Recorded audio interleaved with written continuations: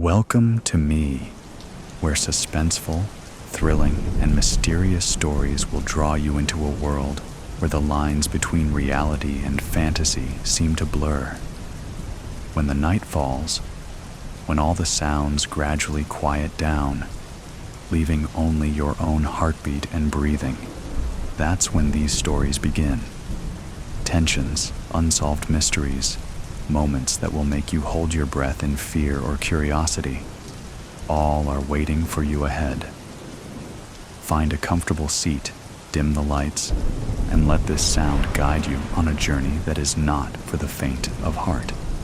I want each of you to leave a comment sharing where you are in the world. And if you are enjoying the episodes, don't forget to give a like and subscribe to the channel now. Relax. Are you ready? If so, join me in the first story right now. The Yellow Truck. Man, $6 for an ice cream sandwich? Highway robbery. Jack squinted at the menu, slapped crookedly on the side of the bright yellow panel truck. Perry's Ice Cream. Everyone had a restaurant on wheels these days. Knockoffs of famous characters grinned back at him with their dead eyes. He knew the actual products would be a deformed, melted version of the picture, and he found the irregular eyeballs and melting smiles to be unsettling. A nice, plain ice cream sandwich would hit the spot. "Excuse me. Hello." Though the sliding sales window was open, Jack saw no sign of a vendor, even though the speakers puked out a chiptune version of La Cucaracha at top volume. "Are you going to take my money or what?" The chill from the freezers seeped out from the window. Jack leaned in a little further, noting the container of ice cream sandwiches that could be easily opened from his vantage point. He looked as far into the truck as he could see, then checked over his shoulder to see if he had an audience. The neighbors could be so nosy. With no one in sight, Jack quickly snaked his hand into the window, opened the container, and grabbed hold of a coveted ice cream sandwich. "Should have been doing your job, ice cream man," he mumbled as he walked back to his house, mouth full of ice cream and perfectly soggy cookie. He casually tossed the wrapper into his neighbor Mrs. Crowley's yard. Mrs. Crowley was the sort of woman everyone assumed was a witch, and the local kids would egg her house each Halloween and dare each other to ring her doorbell and run. She was probably a very nice lady, but Jack didn't care enough to do anything about it. The yellow truck sat on the street outside Jack's house for hours, rotating through its jaunty but very limited playlist, which, Jack noted, recycled La Cucaracha far more than was probably necessary. Jack considered calling the police, but with his record and at least one warrant out for his arrest, he didn't want to call any attention to himself. Still, he was surprised that no one else in the neighborhood seemed to have called. In fact, no one else in the neighborhood even seemed to pay the truck any mind. The sky eventually darkened, and the street lights buzzed on. And finally, the truck shut off its pixelated musical loop and trundled away. As night settled in, Jack, not wanting to lose the sweet and ill-begotten taste of ice cream from his lips, didn't bother to brush his teeth before crawling into bed. His leg was missing. Jack searched around the house, tossing couch cushions and overturning tables, flinging plates and mugs from his kitchen cabinets, even checking behind the toilet just in case.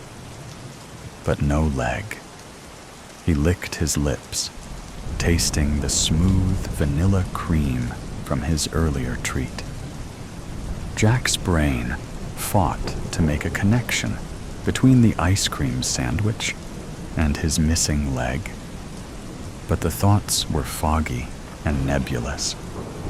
The opening notes of La Cucaracha floated into the room. Jack launched upward, sweat pouring from his face as he shook off the nightmare.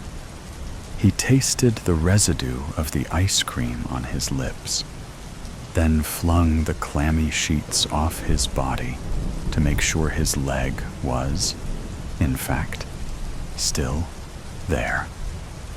La Cucaracha played in the distance, just audible through his open window. At first, Jack was able to dismiss the music as a memory echo from earlier. But the music grew louder.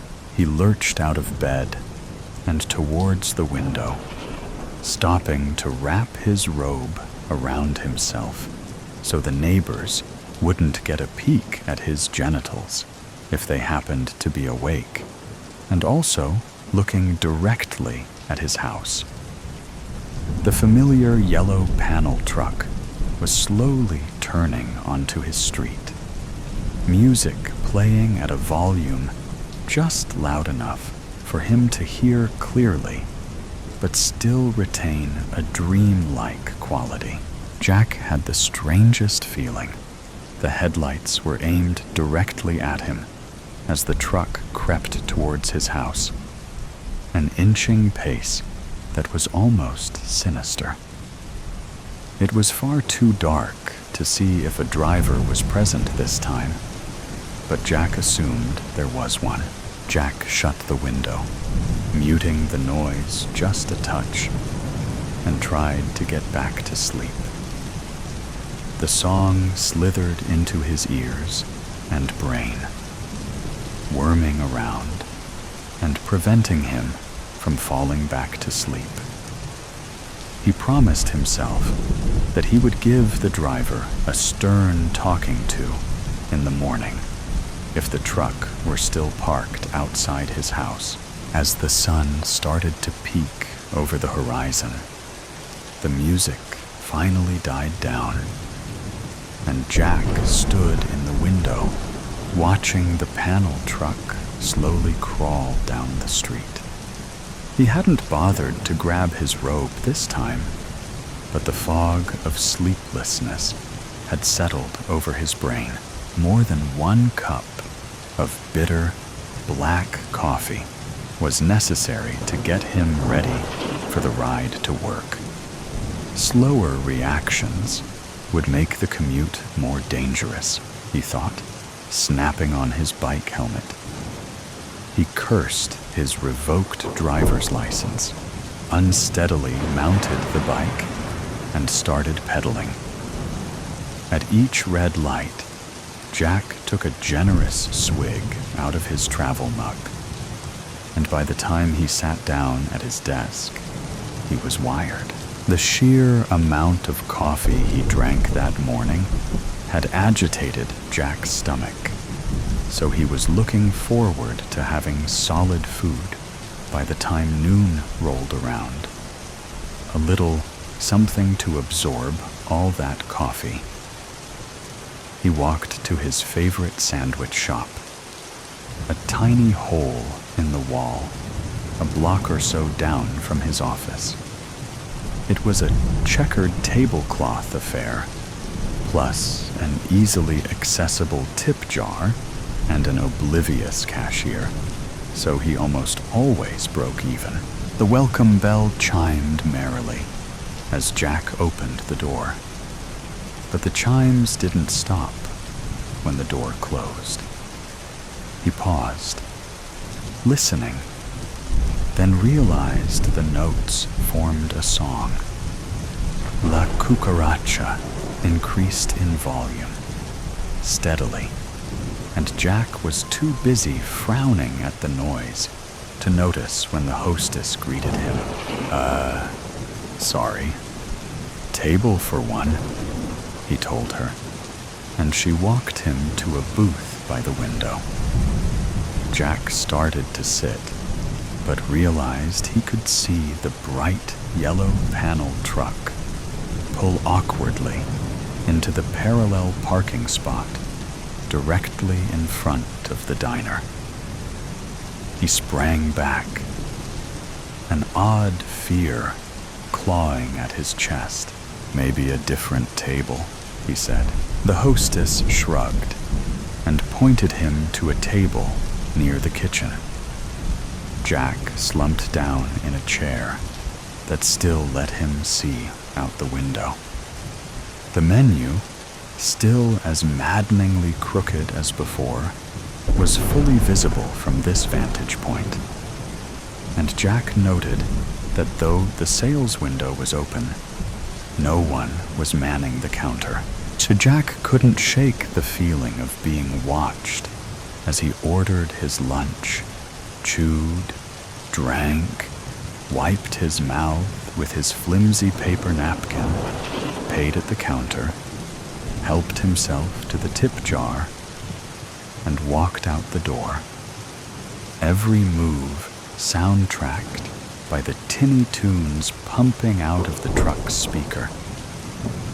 No one had approached the counter to buy an ice cream the entire lunch hour. His muscles relaxed as he walked back to his building. The more the music faded with distance, the better he felt. He hadn't even noticed he was so tense. Jack rolled his neck around, rotated his shoulders, and was just about to reach the automatic doors to his office when he heard it again. The 8-bit notes of La Cucaracha increased in volume behind him, and he swung around, fists raised and heart beating rapidly. His boss, who had been walking up immediately behind him, backed up. "Whoa! Whoa! Jack!" Treating Jack like a panicked horse had, presumably, his boss's desired effect. And Jack put his fists down. "What's got you all spooked? Bad sandwich?" His boss chuckled, and then breezed past Jack into the office. Still on the sidewalk, Jack caught a flash of yellow down the block. He didn't wait to see the truck this time, and rushed inside. Jack was waiting, rather impatiently, to cross the street on his way home when a shiver ran up his spine. He looked over his shoulder, and his stomach seized. The yellow ice cream truck was also in line at the stoplight, just 3 car lengths away. It wasn't playing the music, but Jack thought he could hear it all the same. Jack wasn't completely sure that the truck was following him specifically as he cycled through the neighborhood, but with each turn, he became more and more convinced. The truck kept a slow speed and stayed a modest distance behind his bike, far lower than the posted speed limit. He stopped at the cluster mailbox at the top of his street, mostly to check the mail, but also to see if the ice cream truck would keep driving. The truck slowed to a halt a few yards from the mailboxes, the staccato sounds still aggressively worming its way into Jack's brain. Jack fiddled with the mailbox key and took an unnecessary amount of time inspecting each piece of mail, even the junk. But the ice cream truck still didn't move. Jack stared directly at the driver's side of the windshield. It was so tinted that he was still unable to tell if anyone was in the driver's seat at all. He flipped the bird, just in case, and got back on his bike. As he started pedaling the short distance to his house, the truck started following again, a few houses down from his own. Jack heard the truck accelerate. His heart thumping, he quickly looked back to confirm that, yes, the ice cream truck was speeding up and heading his way. He checked his surroundings for a safe place to duck behind, but only Mrs. Crowley's rose bushes offered any sort of protection.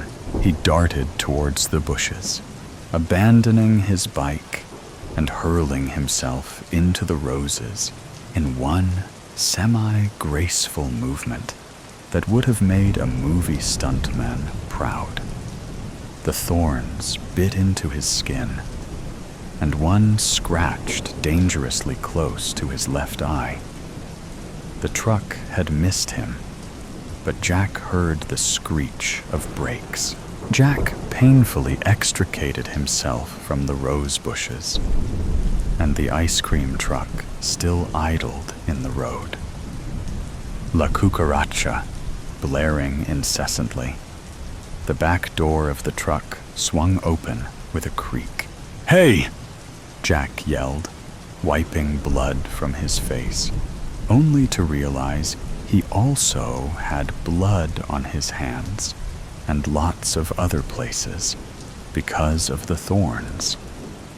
He lurched towards the back of the truck, his left leg dragging slightly. It would be bruised in the morning, he thought. "Hey, I'm talking to you, asshole!" Jack rounded the back of the truck and leaned on the open door. No one was inside. Through a narrow break in the curtains, Mrs. Crowley observed Jack as he yelled at the ice cream truck. He had always been an odd duck, that Jack. Terribly messy. And just the other day, he had been standing at his window in the middle of the night with only a robe on. She had almost seen his genitals. Mrs. Crowley couldn't make out exactly what Jack was yelling, but she imagined it was full of swearing. He started to lean into the open back of the truck, and then, in an instant, he was yanked inside.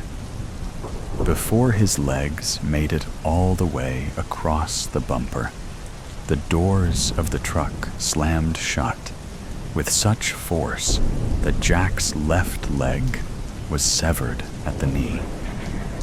The bloody leftovers dropped unceremoniously to the pavement and rolled to the curb. High-pitched notes of La Cucaracha distorted with static, and the truck shuddered violently. Mrs. Crowley took a tiny sip of her tea and watched the menu sign spin as the truck convulsed. With one last tremble, the truck stilled and the spinning sign stopped. The music had changed, and so had the sign's content. "Perry's Hamburgers," it read. Still crooked, the truck slowly crept down the street, and she pinched her curtains shut. Rancor, burning, running down the train's aisle. Sable had to try her best to avoid people. Unfortunately, she had to push some people out the way, praying to whoever was listening that she hadn't hurt them. That's not what she wanted. She took one quick moment to look back, only to see the strange man in black still chasing her. letting out a frustrated groan, she moved her focus back to the path in front of her, fast enough to see the upcoming obstacle, the dinner cart. Every afternoon at 1 p.m., one of the staff members would bring around the lunch cart. Sable was many a time excited to see this, but today was a different story. It now stood between her and her life. God damn it!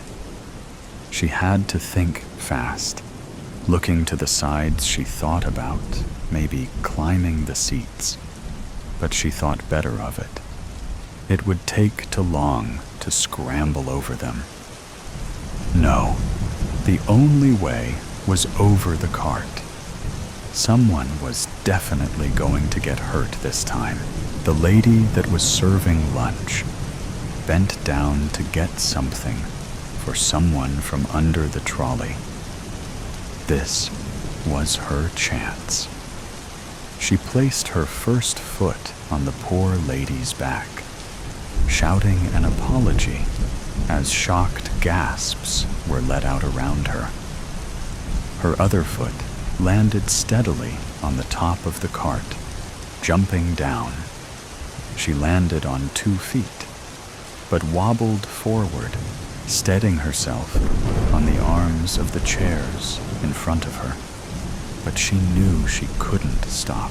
Looking back again, she noticed the man in black was now fighting with people beyond the cart, smiling to herself, knowing this would but her. Sometime she kept going. When she got to the connecting door, she frantically pushed the release button. The door whizzed open. Scrambling inside, relief flooded her body when the door sealed behind her. It was only when she turned that she found herself in an empty carriage. Panic set in again when she realized that there was nowhere to hide in here. She knew her only option was to make it to the next carriage and hope to everything good that there would be somewhere to hide in there. But Sable only made it halfway to the door when the whole train jerked violently. So much so that it threw her off balance and she stumbled to the floor. To make matters even worse, as she was starting to stand up, all the lights completely shut out. Her first thought was that the energy field that kept the train safe out here in space had failed. If she wasn't terrified before, she was now for a completely different reason. Hearing the whiz of the door that she had just come through, she spun around to face it. But the darkness of the carriage was too much for her to even see her hand in front of her face, squinting as if that would make it easier for her to see.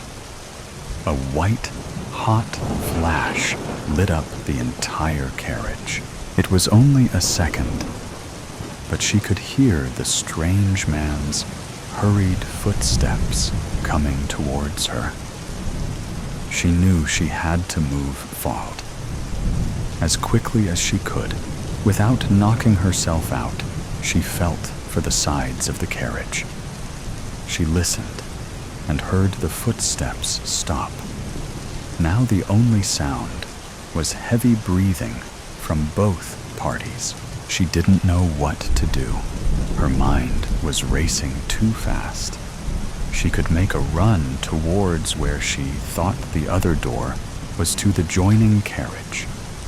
But what if she tripped or ran into something?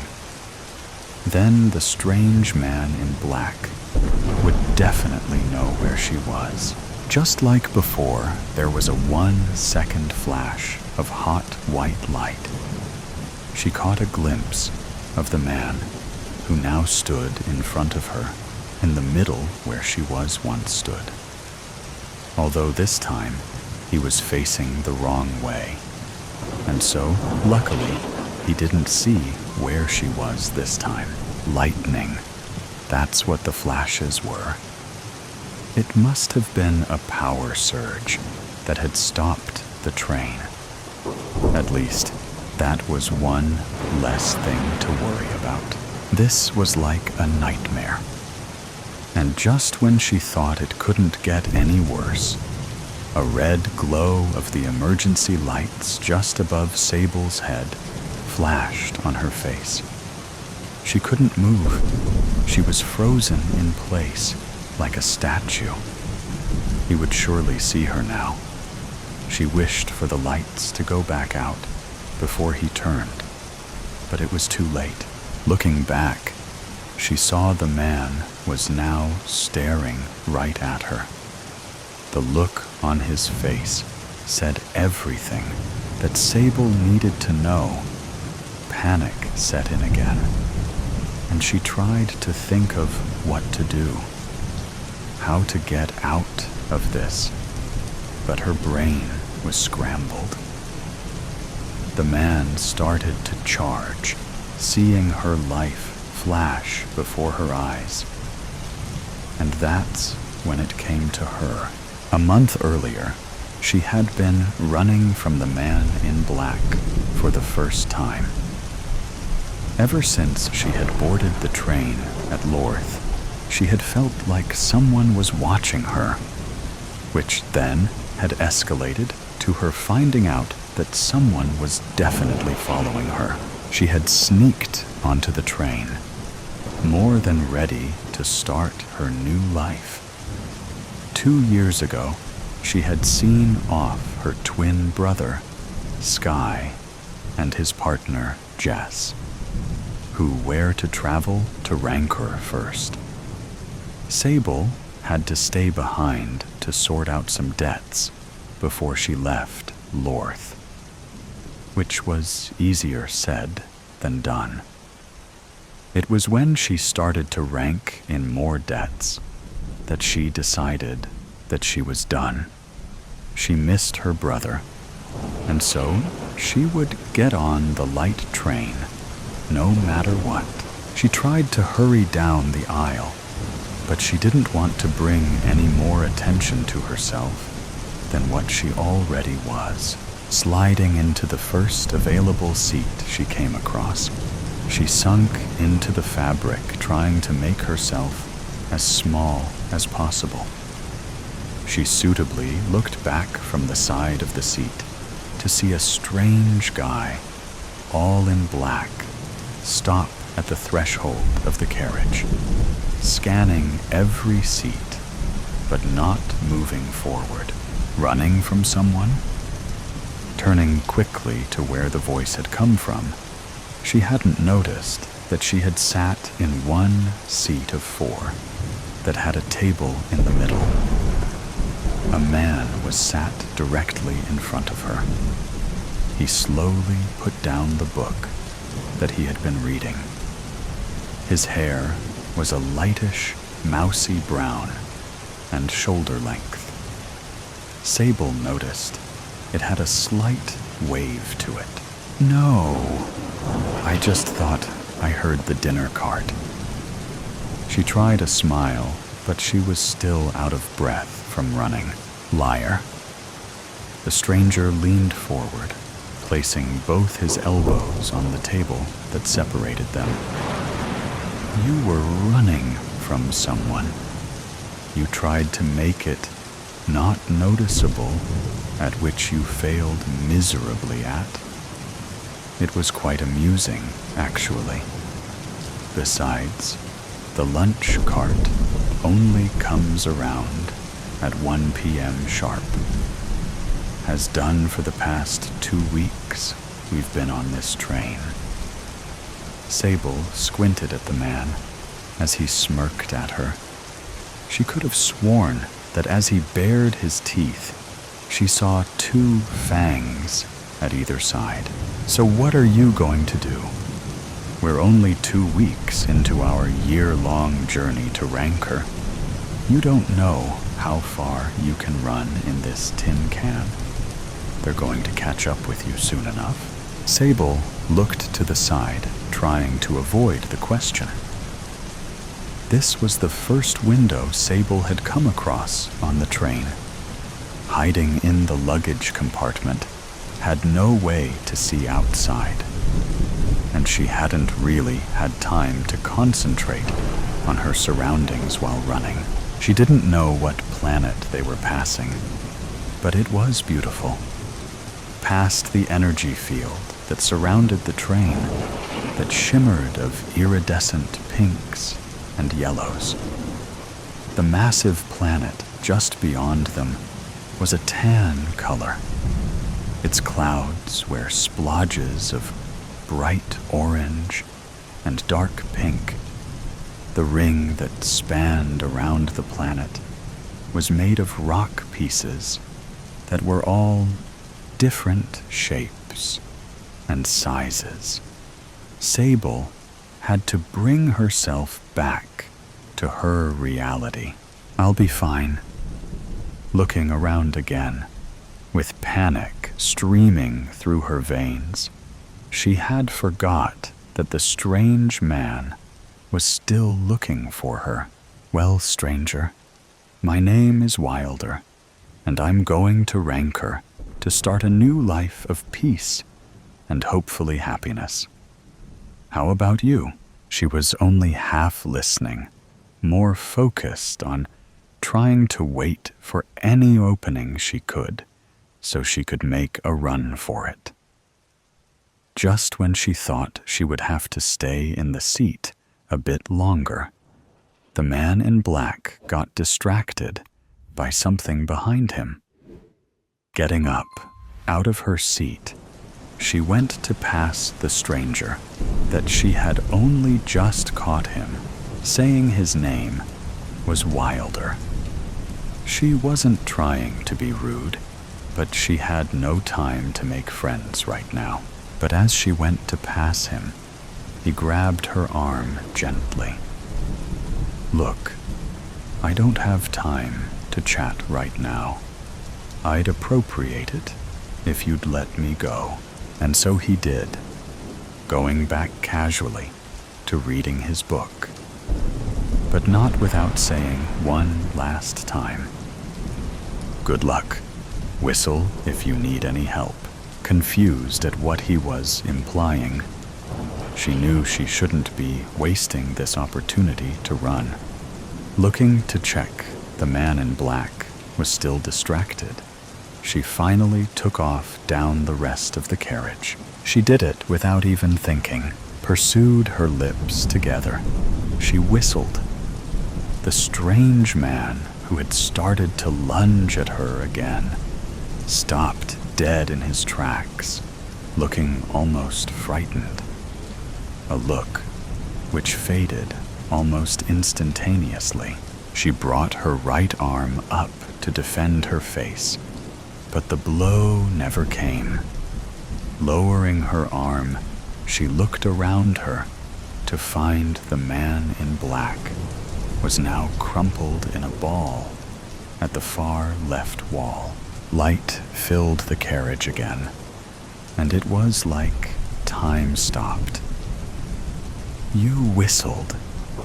The man that now stood in front of her, like a ghost, she remembered was named Wilder, the same one she had met about a month ago. How did you... What?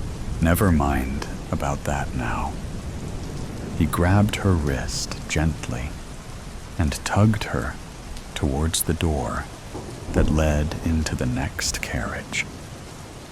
We need to leave before someone discovers he's dead. Wilder had dragged her through 2 carriages before she stopped him. They were now in what looked like a kitchen area, and her eyes went straight to a knife block that sat on the counter behind where Wilder stood. He turned to see what she was looking at. Don't even think about it. I'm here to help you, Need I remind you, I just saved your life." He stood across from her, his hand raised, and finger pointed at her, like he was telling off a naughty child. "I wasn't. They just caught my attention, that's all." Wilder looked at her, like he didn't believe a word she was saying. And to be fair to him, she couldn't blame him. They both leaned back on the counters, seeming to relax a little and to get their breaths back. "You never answered my question." She looked up at him. This was the first time she was actually taking his image in. He was tall and slim, but he had some muscle to him. He wore slim black pants and a tan, round-necked t-shirt that was covered by a black leather jacket. His eyes were what stood out the most to Sable, though. They were the lightest blue, with little specks of green in them. "Sable, my name's Sable, and I'm going to Rancor to reunite with my brother, Sky."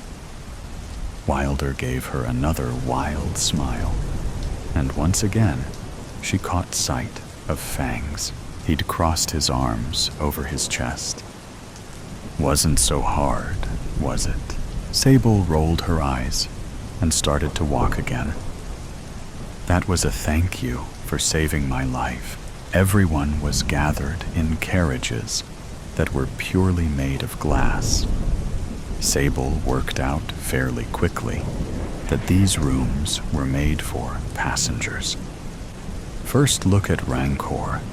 It was an exciting event, looking at your future paradise for the first time. Sable and Wilder has spent the rest of the months on the light train, getting to know each other. He wasn't as bad as she first thought. He was funny and insightful, and after months of spending every day with him, she started to feel something for him. They both stood in the middle of the carriage. People crammed in around them. They were all waiting for the final jump. "There was something I didn't tell you." Sable turned to Wilder, not expecting him to look so sheepish. "What is it?" "I don't think the strange man in black was after you." Sable's eyebrows furrowed, and her head tilted when she spoke. "What do you mean?" She didn't understand. Why was he bringing this up now? They had rid themselves of that man many months ago. "He was after me. He was a shadow stalker." Sable laughed. Shadow stalkers were something of legend. They hunted down and killed an ancient race of vampires. But all those stories were now like Chinese whispers.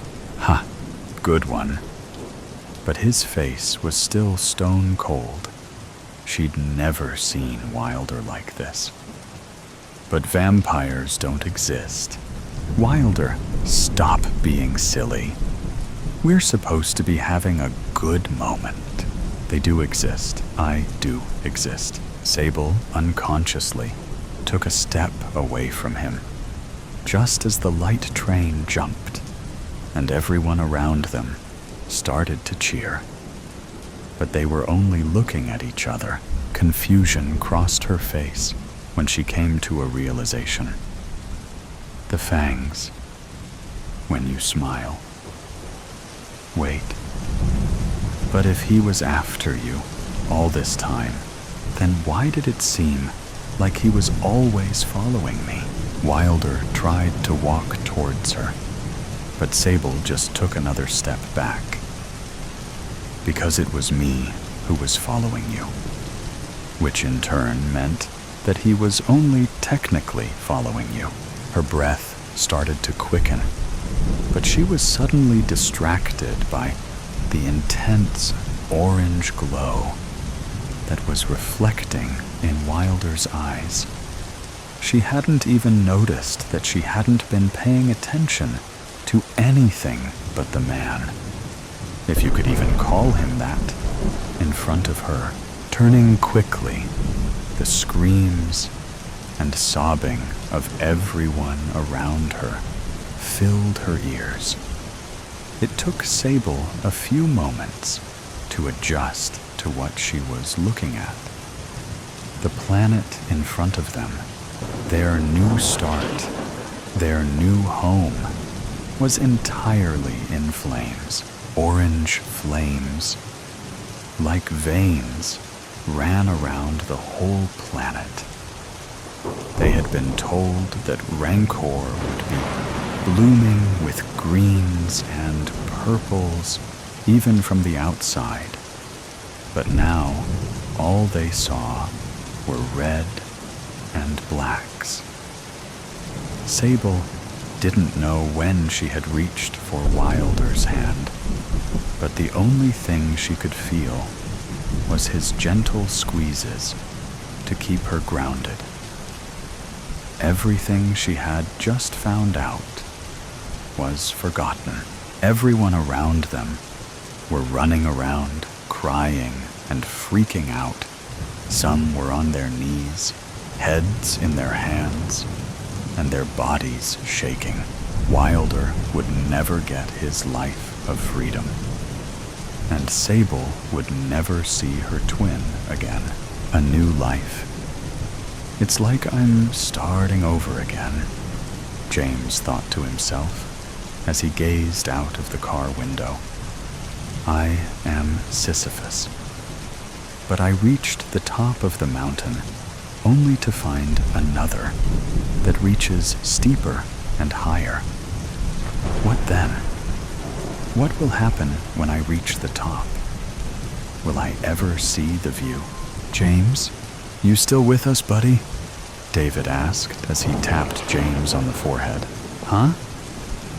Oh, yeah.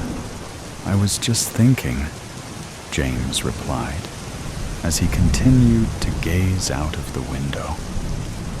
The trees lining the sides of the road blurred if he didn't focus on them. As the car zoomed along, James caught glimpses of the blue sky and flat farmland behind the trees. These moments were precious in a way he hadn't yet come to appreciate. Jimmy, snap out of it, Caitlin, David's girlfriend, replied. What? I'm just enjoying the scenery. It's like an 8-hour drive. Can't I just chill for a while? James said, more indifferent to talking and thinking than he'd led on. Thoughts of the future had become a burden in his bored mind, swirling around his consciousness as if they had nowhere else to go. Most of his thoughts disappeared into the ether, but not these. This is the last time we're going to be together for a while. You're moving to the big city, Caitlin replied with an upbeat attitude. She didn't even believe what she just said, but wanted to coax her friend out of his funk. Is it that obvious? What do you mean? You know I'm only a train ride away. I'm just thinking, don't worry about me. We'll be able to have all the fun when we get there, James replied, measured but dazed all the time in the world. That's what it feels like. This exists in a space in between my past life and my future. This trip is all in the present, my moment of a finite infinity. For these last few days, my mind is exactly where it needs to be. And for that, I step outside of the bounds of time and into my own world. Will you miss all of this while you're in that concrete jungle for weeks or months at a time? David asked him. I won't be gone that long. Weeks, maybe. But that's nothing. Plus, you gotta support me chasing my dream. It's part of who I am, James replied. You didn't answer the question, Caitlin replied. Yeah, I'll probably miss it, James said. It's my home, but it's not like I'll never be back. You never know. You might like it there in the city. Then I won't regret it. Regret it? Maybe not. But you'll lose a part of yourself. Is it worth that sacrifice? I haven't even left yet.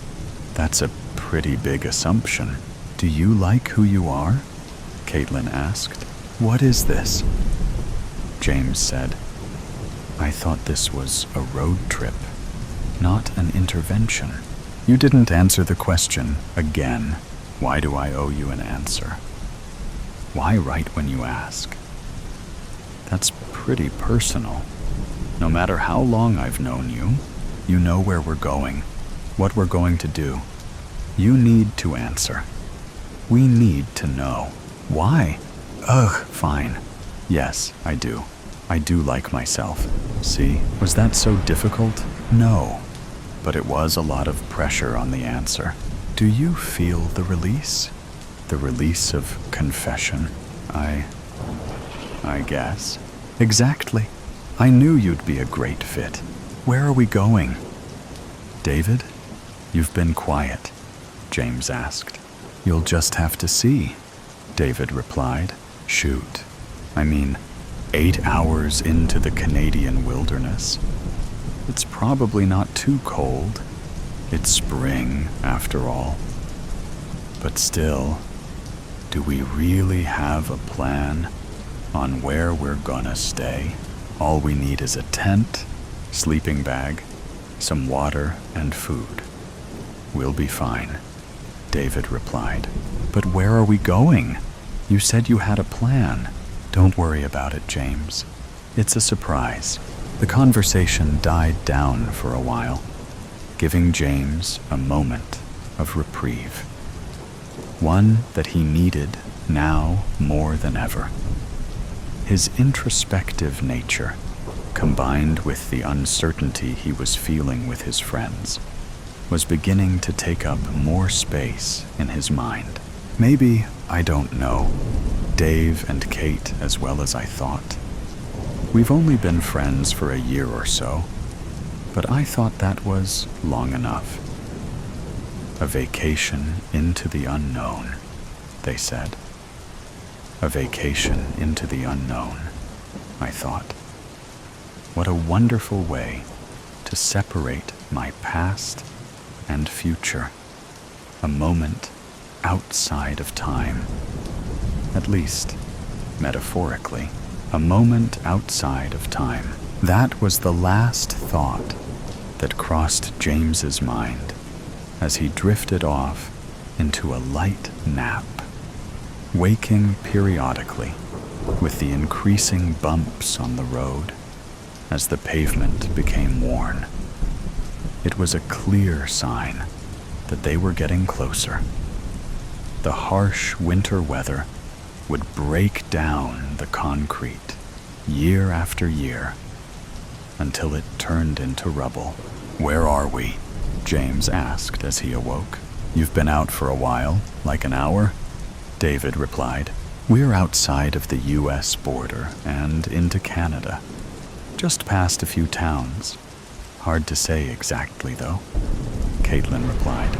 If you don't know where we are, how do you know where we're going?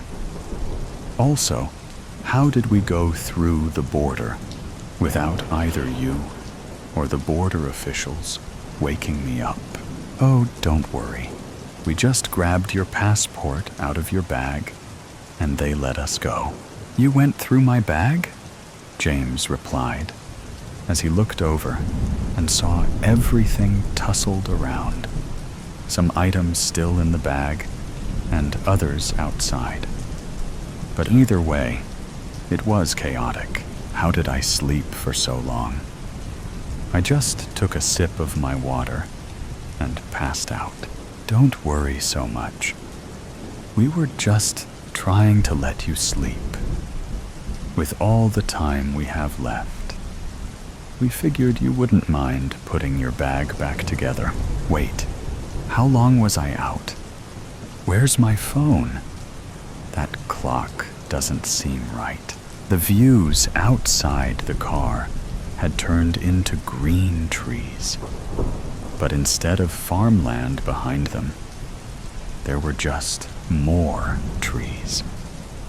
They kept whizzing by, but if he focused on the mountain painted across the sky in front of him, everything was steady, and the trees were clear. The north face. That's what they've been talking about. The north face of the mountain, leaving all of society behind for a while. Nobody exists on the other side of that mountain. We will become truly alone.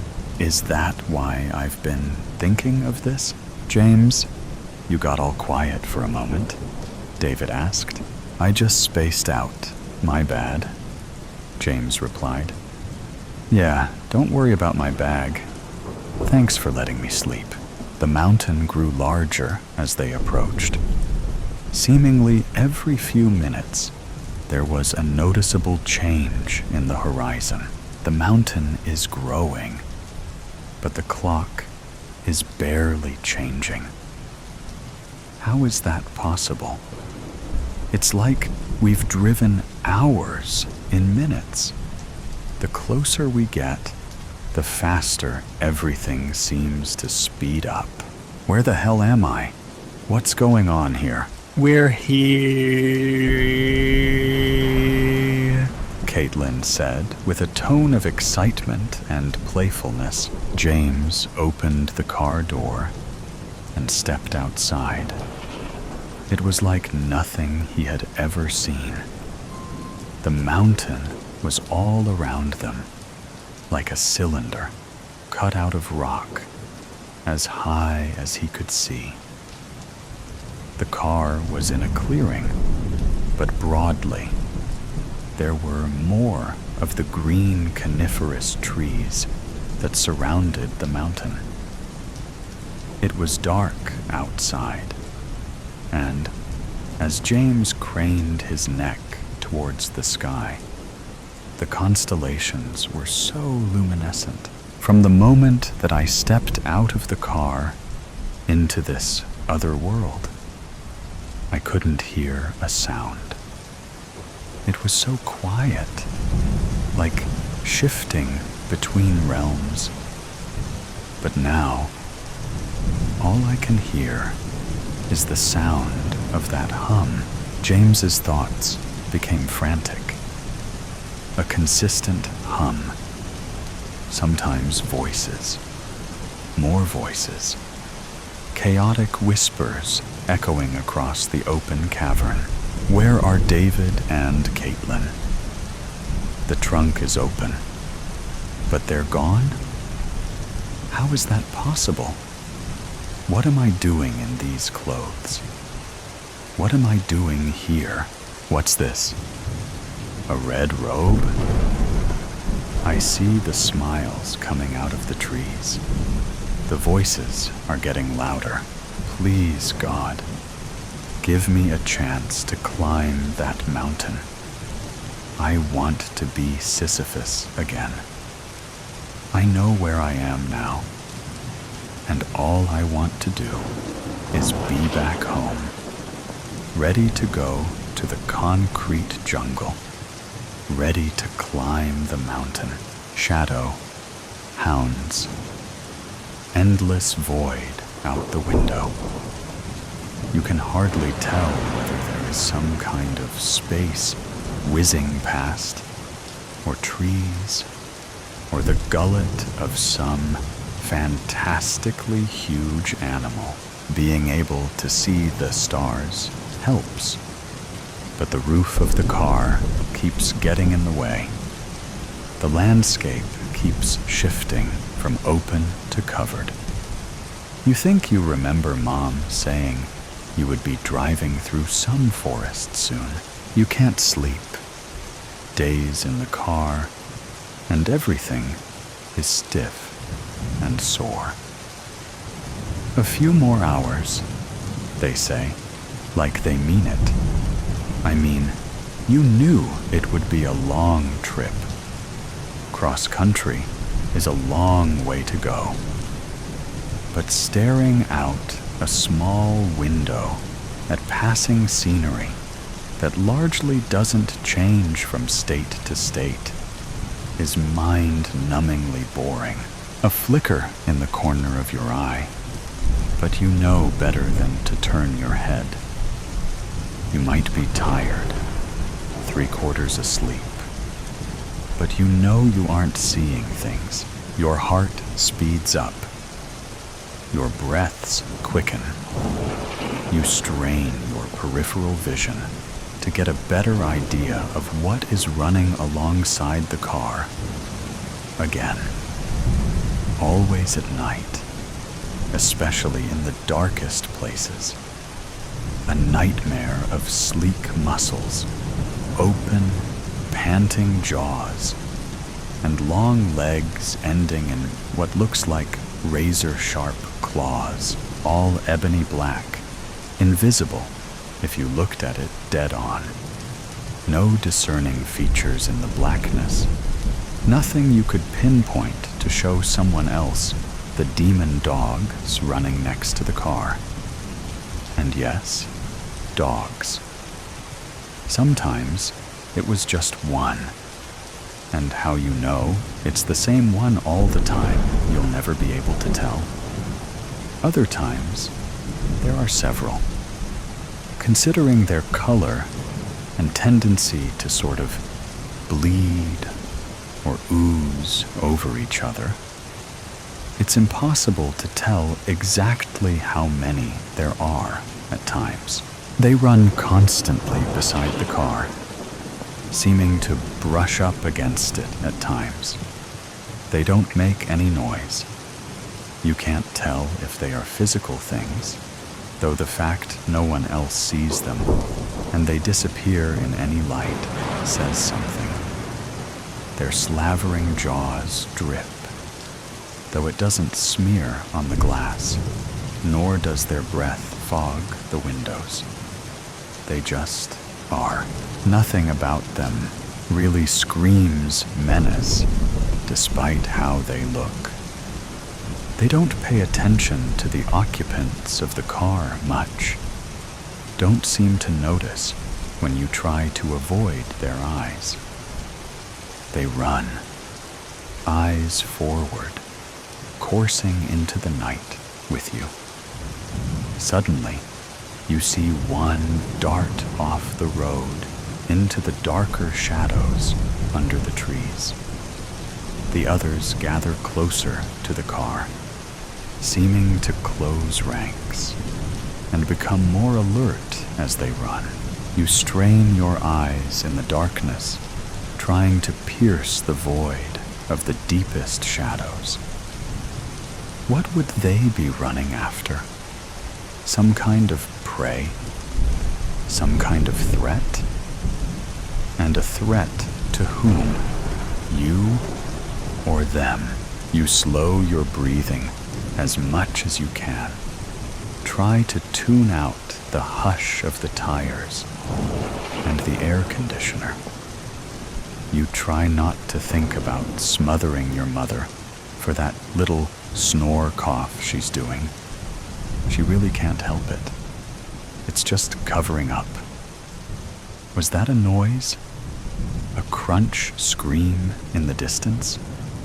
Damn it, there are too many smaller noises around, covering anything up. You start to pant and sweat, worried about what you did or didn't hear. You keep glancing at the rest of the pack, trying to read their body language. Is that a snarl? Is that one staring off into the woods or ahead of the car? Are they moving closer, more carefully, or picking up speed again and relaxing? An interminable amount of time later, the other shadow hound suddenly bounds out of the blackness ahead, turning sharply to take up his place in the pack again. You scan him, looking for any sign of what happened.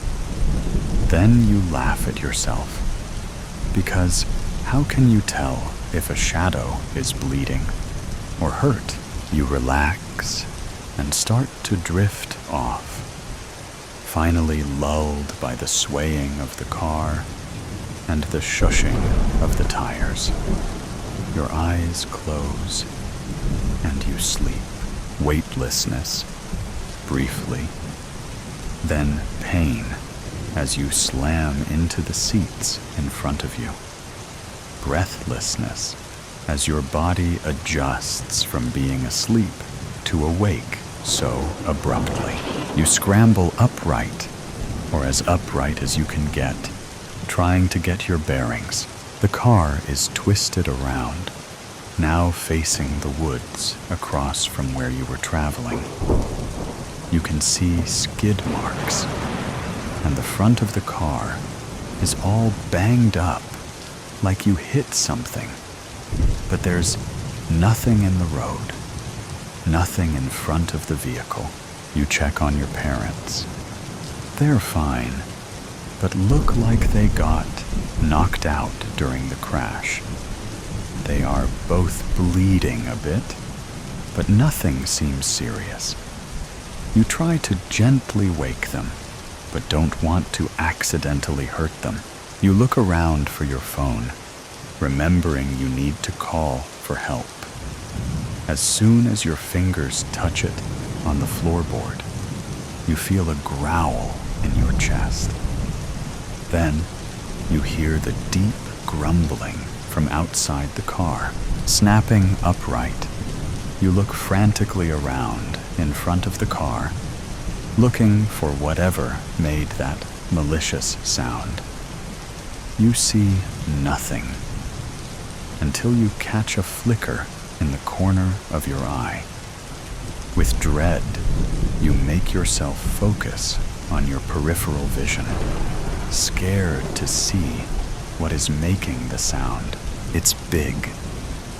You can almost catch glimpses of scales as it moves, gliding around the light.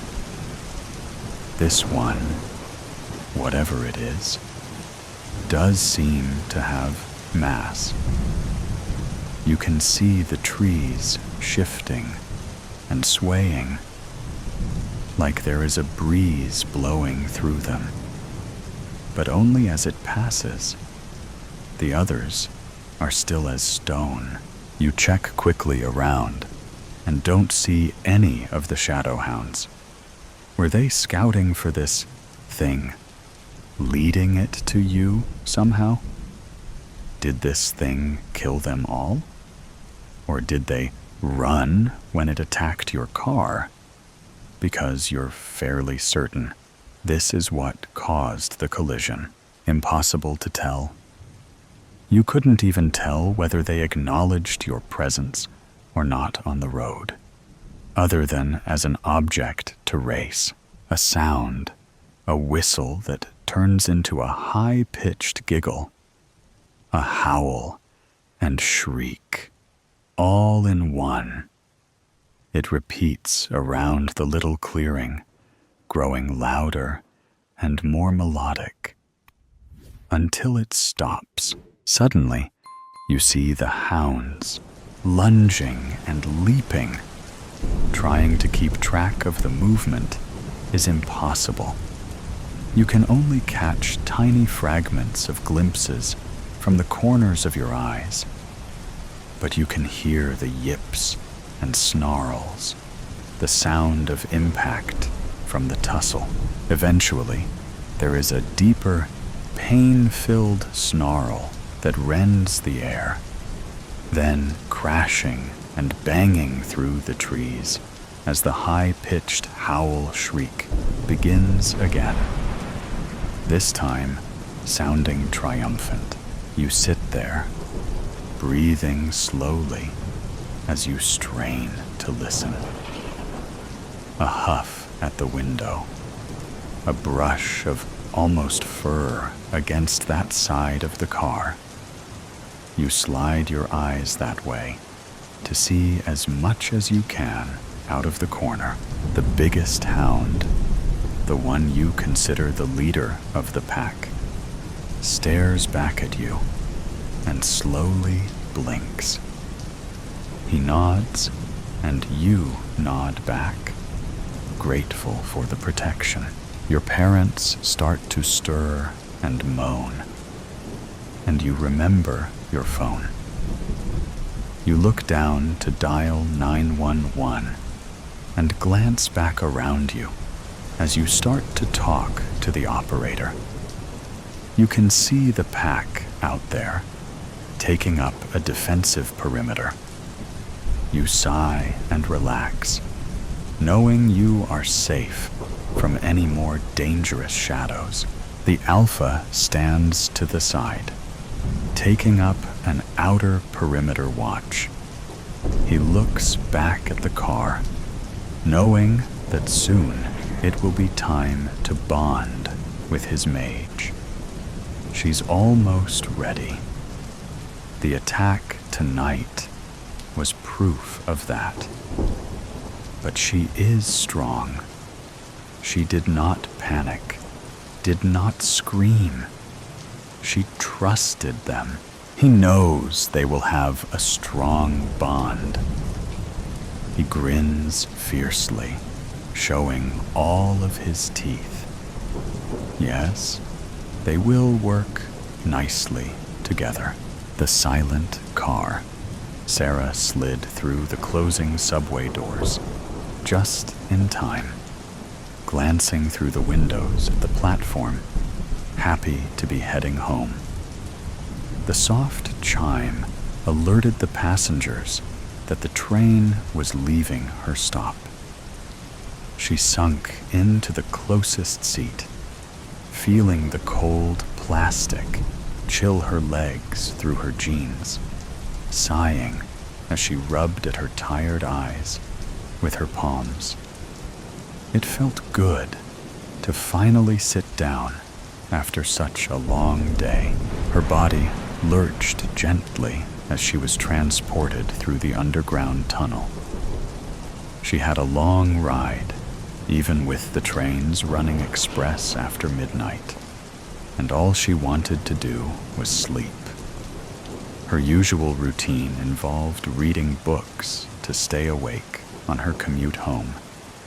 But even holding her book felt like too much work tonight. The car was silent, but there were more people than she would have expected. There must have been some kind of event, because usually the only other people taking her subway this late at night were the kind that you had to worry about. But they looked like regular people, just a few stragglers making their way back home. Glancing around, she noticed the other passengers were seated quietly, probably just as tired as her. Their eyes were fixed blankly ahead on the seat in front of them, or watching the dark, steady blur of the tunnel pass by outside of the train windows. Sarah settled in for the long ride, slumping deeper into her seat. She opened her book, staring intently at the first paragraph. She willed the comprehension of the words to come to her. But the words just looked like symbols, refusing to form meaning in her brain. Sarah sighed, closing her book again. She glanced up, making eye contact with a middle-aged woman across the row. Automatically, she turned her gaze away, but something felt off. The woman was still looking at her, gripping a handbag on her lap. Sarah snuck another peek, wondering what this lady's problem was. Her eyes were open, but she was staring past Sarah, at the space where she sat, motionless. Feeling uneasy, Sarah leaned forward slightly. Are you okay?" Sarah called out gently. The woman looked like a statue, not blinking or moving. Urgency cut through Sarah's tiredness. No response. Sarah felt her cheeks get hot, as she tended to flush red when she was nervous. This was weird. In a bad way. She turned to the next person she could see, finding a college-aged young man beside her. He wore baggy jeans and had a big pair of earphones around his neck. His eyes were fixed forward with the same vacant stare. Her voice shook now. "Hello?" A cold sweat flashed across the top of her lip. She swiped at it as she stood abruptly. The book that had been in her lap tumbled to the floor. Panicked, she made her way to the next person. She checked passenger after passenger, professionally dressed men and women, younger-looking students or interns, even a woman with a little dog on her lap. Horrified, she found that the dog was frozen too. She started with polite taps and a low voice, and built up to violently shaking shoulders, pleading for someone to just say or do anything. She dreaded the same look on every face, present yet utterly absent. The lights were all on, but no one was home. The subway hit a turn, and Sarah was propelled sideways. She grabbed a rail, gripping the cool metal and using it to help her keep her balance as she rushed to the end of the car. She shot a hand out for the door handle that connected her car to the next one. Her stomach dropped as the handle refused to budge. Locked. She pounded on the glass, but the next car appeared equally motionless.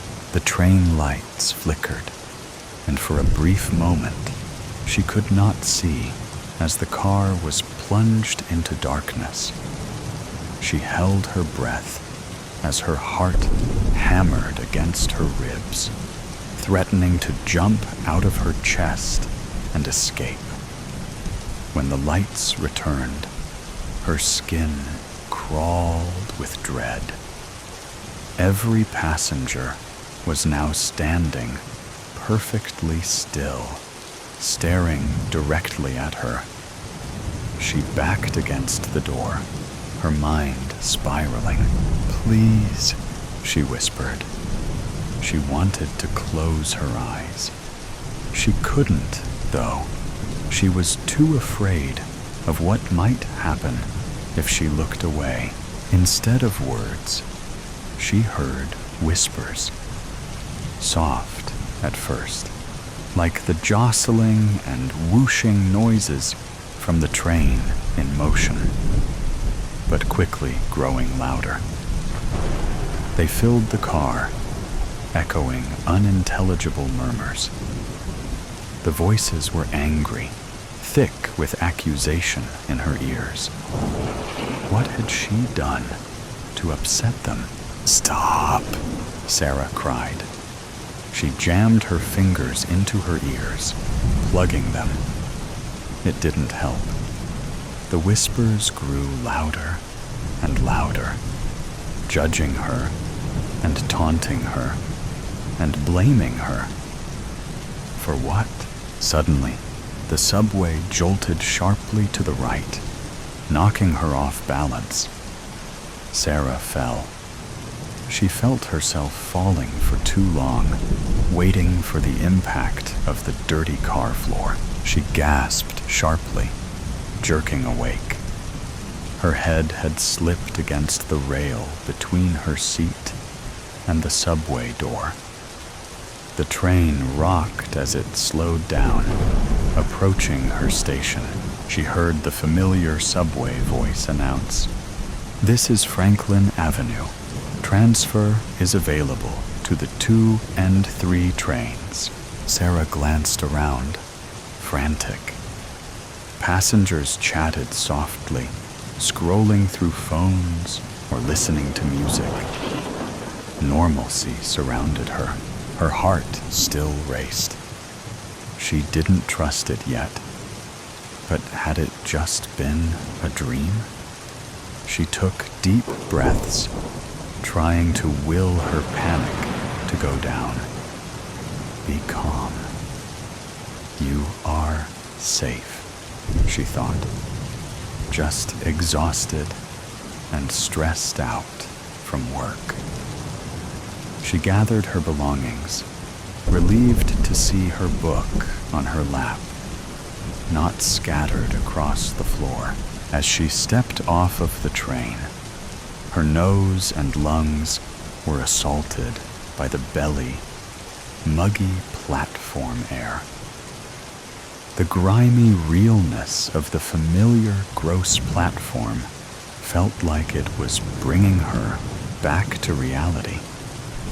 Her legs were a little shaky, but she was grateful to be moving, to be able to leave and put the strange nightmare behind her.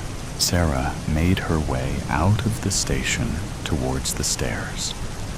She climbed up and out, feeling her phone vibrate.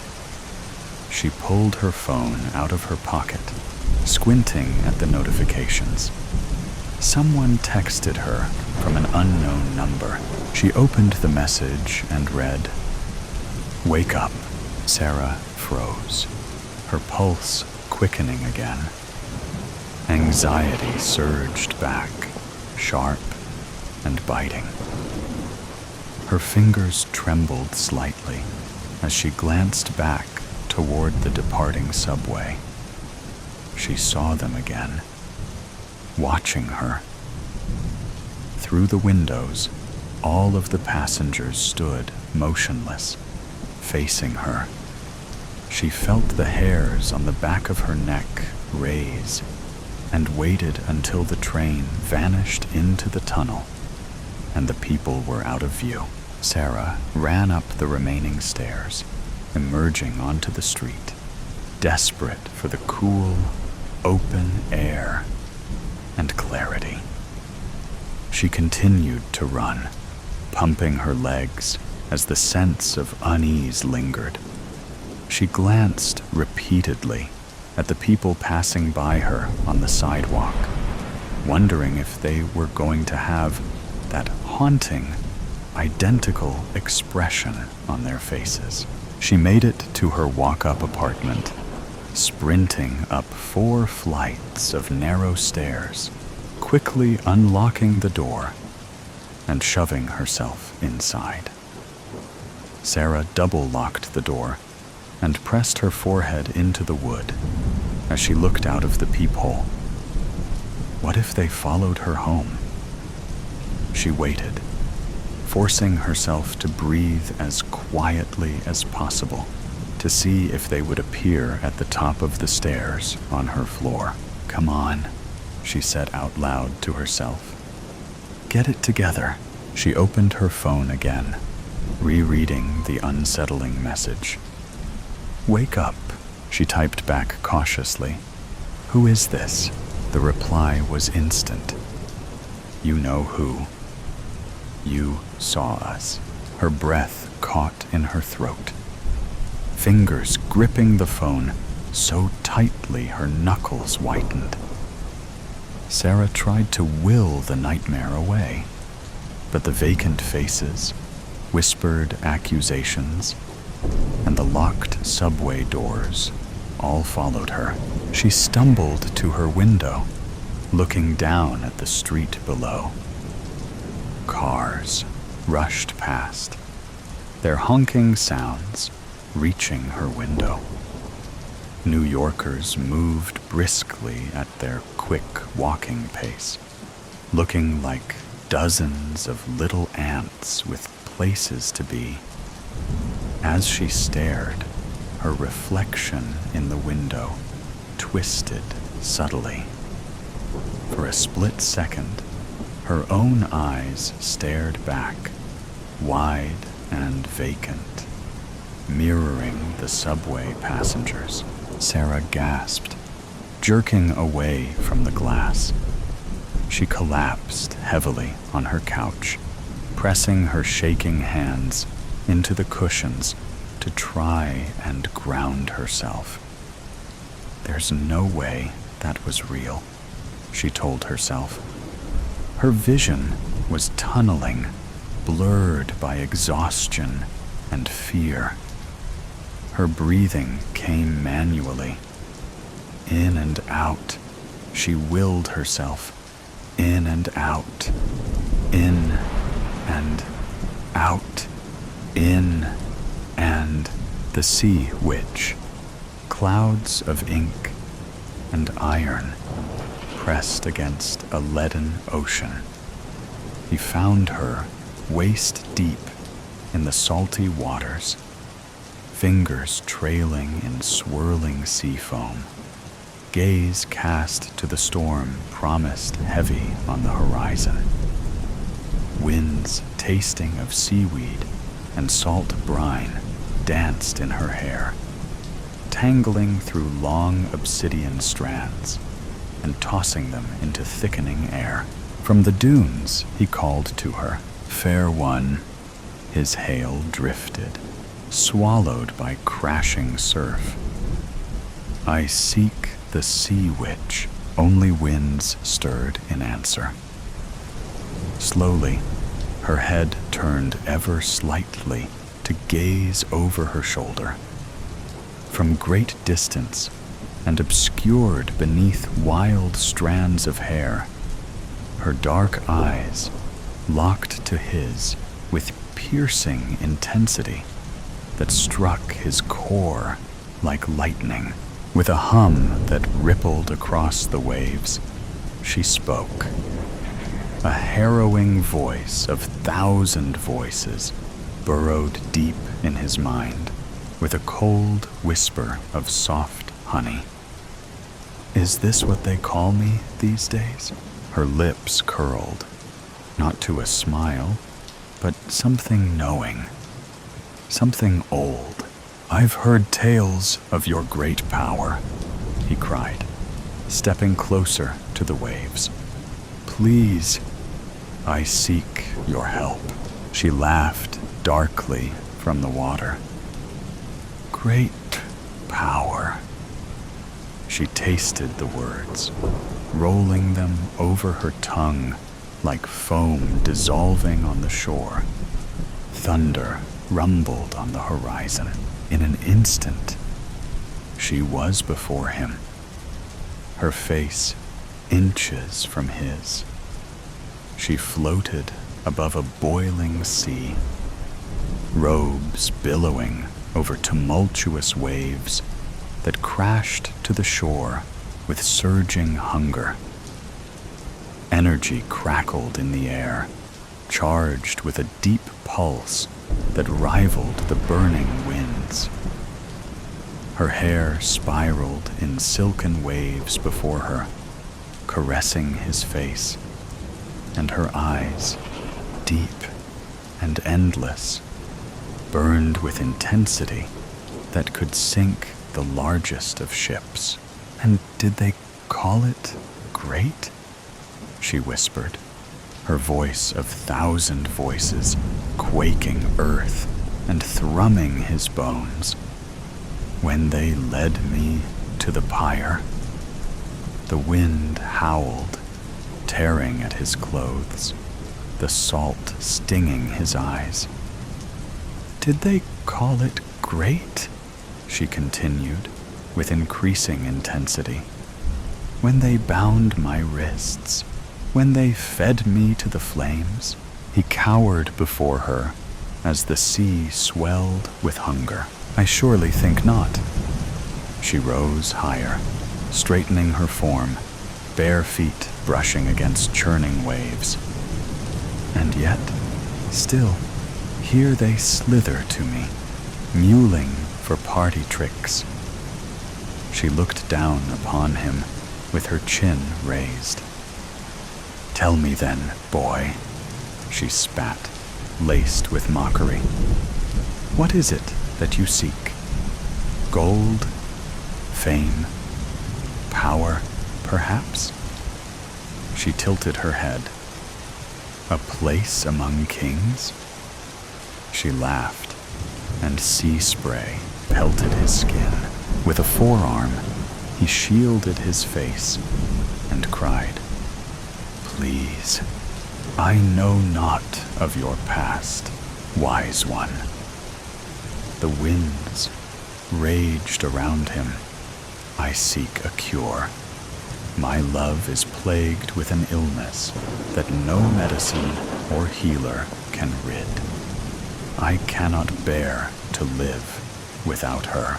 The winds slowed, the waters calmed, and slowly the sea witch descended. Her feet sunk in swirling sands beneath the surface, her dark hair to her sides. She eyed him thoughtfully, weighing his words. Cannot live without her, she echoed. Just one voice falling from her lips, in stark contrast to the thousands before. Quiet waves lapped around her calves. And this woman, she is your great love? He ignored hairs pricking on his neck as her gaze bore into him. She is everything to me. She studied him, robes billowing in soft winds. Yes, she said quietly. This I will do. Oh, thank you, he cried, falling to his knees in the water before her. She narrowed her eyes, looking down upon him. But there is always a price. Oh, yes, of course, he stammered, scrambling in his pockets. I have money. Her voice of 1,000 voices cracked like thunder. I do not deal in coins, foolish boy. The waves stirred hungrily around her feet before calming. Then, just one voice, brimming with disdain.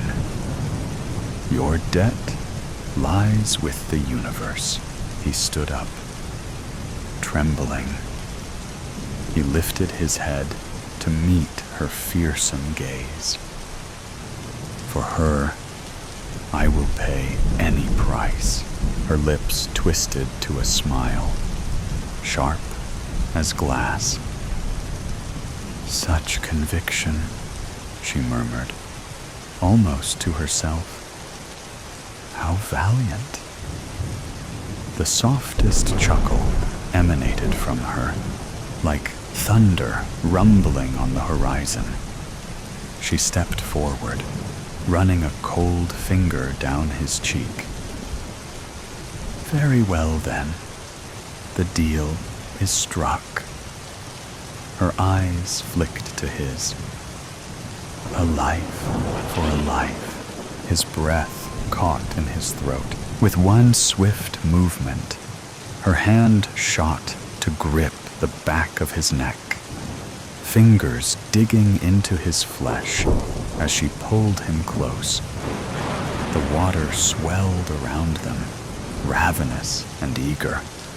She laughed, pulling him under and out to sea as he sank deeper, deeper. He thought only of his love. He thought of her laughter, bright and warm, ringing across wildflower meadows around their cottage. He thought of her smile, crooked and beautiful, and the soft hole it hitched in his chest each time she bore it. He thought of the night he fell for her, watching her dance, weaving and spinning between other party-goers beneath the hanging wisteria. She'd smiled at him, waving to come join her. He'd held up his hands, sticking to the edges. He wasn't much for dancing. If he could go back, if he could only go back, he'd join her in a heartbeat. Later, that same night, she'd led him under moonlight, dragging him by the hand through the wood to her favorite place. "Come on," she'd whispered, her laughter echoing in the night. "I have to show you something." She brought him to a hidden gazebo on the lily pond, where she'd kissed him, stolen and bold.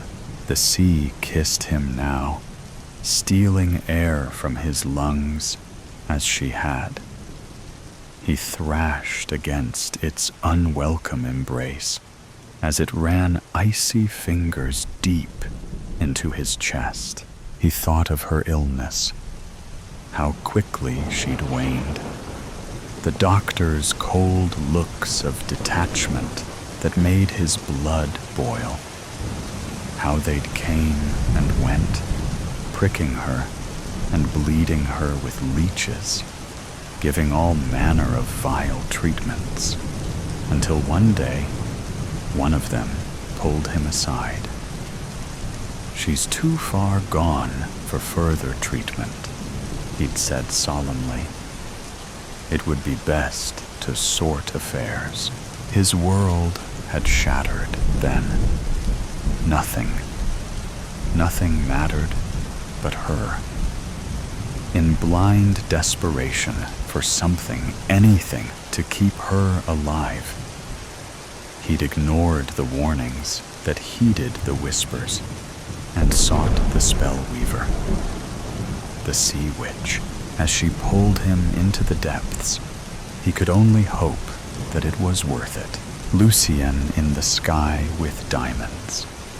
I really should have realized how vindictive Heather could be. What is that saying? Hell hath no fury like a woman scorned. When she found out I was seeing someone else and had traded her in for the other woman, a younger, prettier model, I just know that it was that very moment that she decided to exact her revenge. Unfortunately, Heather knows all of my secrets, including the biggest one of all, the fact that I am a world-renowned jewel thief who has recently completed one of the largest heists of the century, the theft of the Weatherby diamonds. Yes, I stole the necklace quite smoothly and easily from its display case at the art museum. I won't go into all of the meticulous details of how I managed to pull off the job. Let's just say that I know exactly what I'm doing, and I plan everything to the nth degree.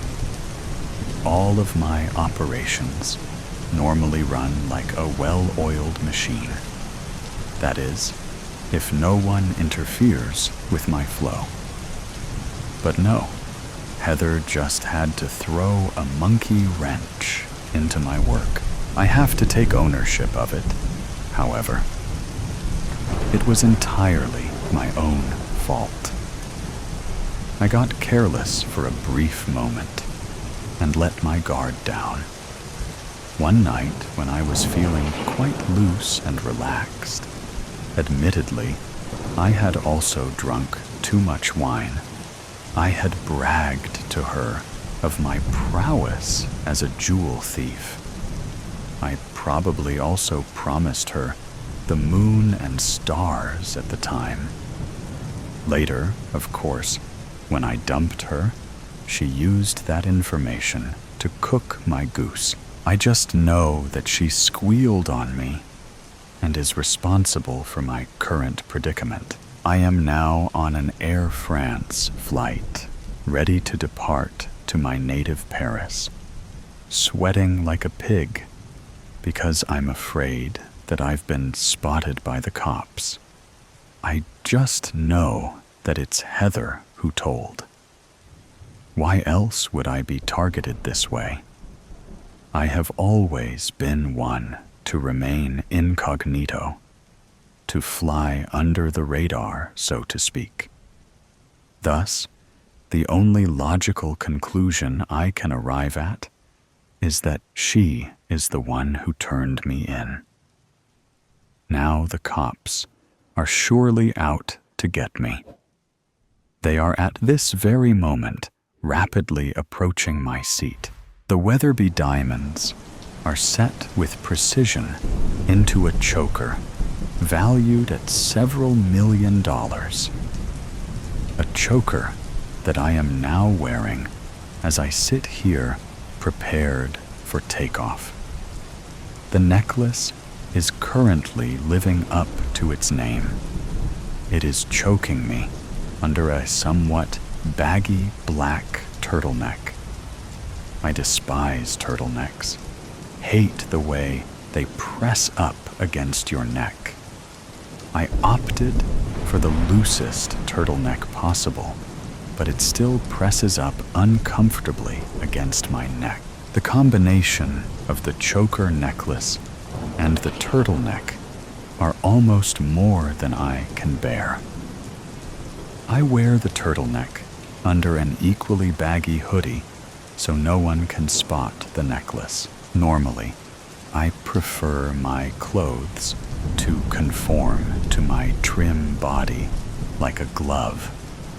My sartorial senses are offended by this sloppy but choking attire. Who would ever wear a turtleneck with a hoodie? Unfortunately, I really have no choice. My outfit was not chosen for fashion. It does, however, allow me to sail through airport security without being stopped. The plan is, once I land in Paris, I will meet with a high-end jewelry broker who will give me top dollar for the jewels. I will be Hashon for life. That is, if I get away with it. I am afraid that the police are right now, at this very moment, making their way to the back of the plane where I am sitting. My seat on the jumbo jet, like my clothes, has also been carefully selected. I am in the second to last row and am seated on the aisle. I chose this seat so that I can make a quick exit to the restroom if needed and dump the jewels somewhere in the tiny closet of the restroom. We haven't taken off yet, and the flight attendant has just made the standard announcement about how we need to remain seated with our seat belts on and our trays in the upright position. Right after she says that, I spot the blue uniformed policeman making his way back towards me. With no time to waste, I disregard the stewardess's explicit directions and quickly shove my tray to the upright position. I then dash inside the tiny cubicle of a restroom before anyone can stop me. I shut the door firmly and pull the lever to lock the door. I really need to find a hiding spot for the necklace. I can't afford to be caught with it. I don't want to flush it down the toilet. I would be, in effect, flushing all of my hopes and dreams away. Instead, I need to stash the necklace somewhere so I can somehow later retrieve it. I quickly pull my hoodie off, followed by my turtleneck. With fumbling fingers, I fiddle with the silver clasp until the necklace falls off into my hands.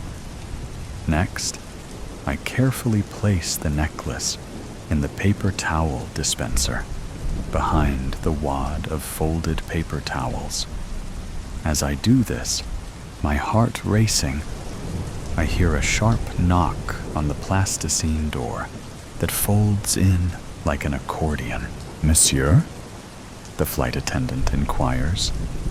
She swiftly changes to English, but speaks with a strong French accent.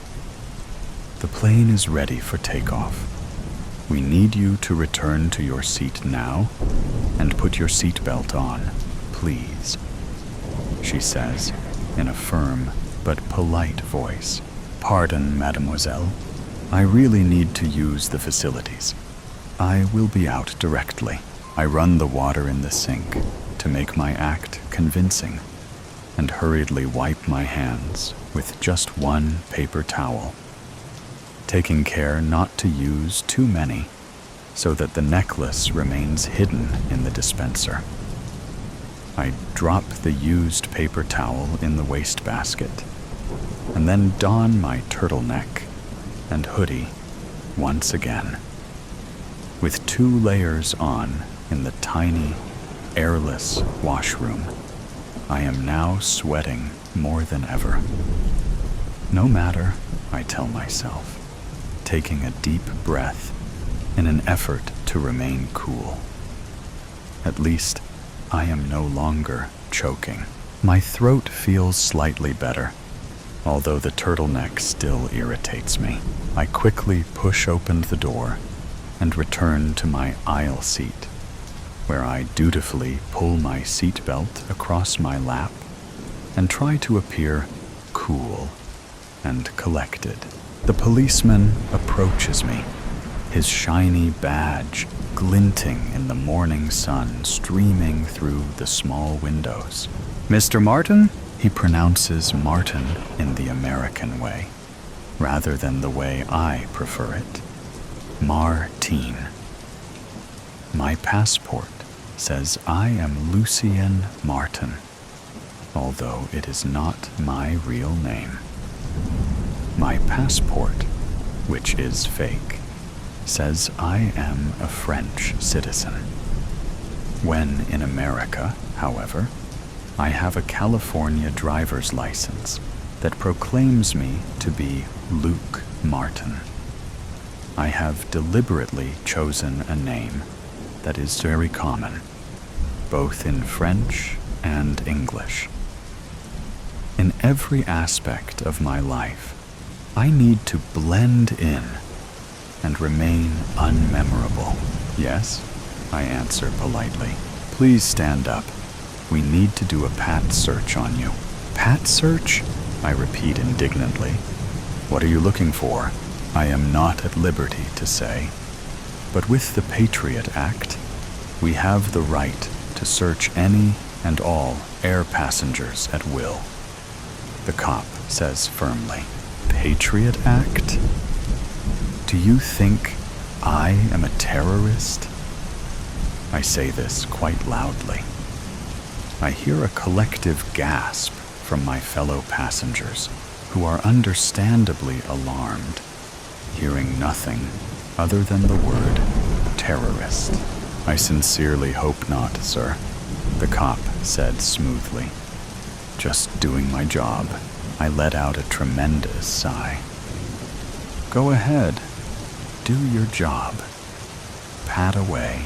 The cop uses bladed hands to do a thorough pat search, running his hands smoothly up and down my sides. He searches my pant pockets and instructs me to remove my hoodie. I do so, laughing inside. I didn't want to wear the hoodie anyways. After several long minutes, the cop finally stops his fruitless search, finding nothing. "Okay, sir," he says finally. "You have been cleared." He walks to the front of the plane, where he presumably has to talk to the captain. "This plane is cleared for takeoff," he announces to the male attendant standing at the front of the plane. As he does that, I glance towards the back of the plane to see the reaction from the other flight attendant, the lady who had tried to shoo me out of the washroom. To my surprise, she quickly enters the washroom and pulls the door firmly shut behind her. My heart sinks. My plan had been to quickly visit the head once again and retrieve the jewels before anyone else entered. I haven't seen anyone else, apart from the stewardess, use the restroom.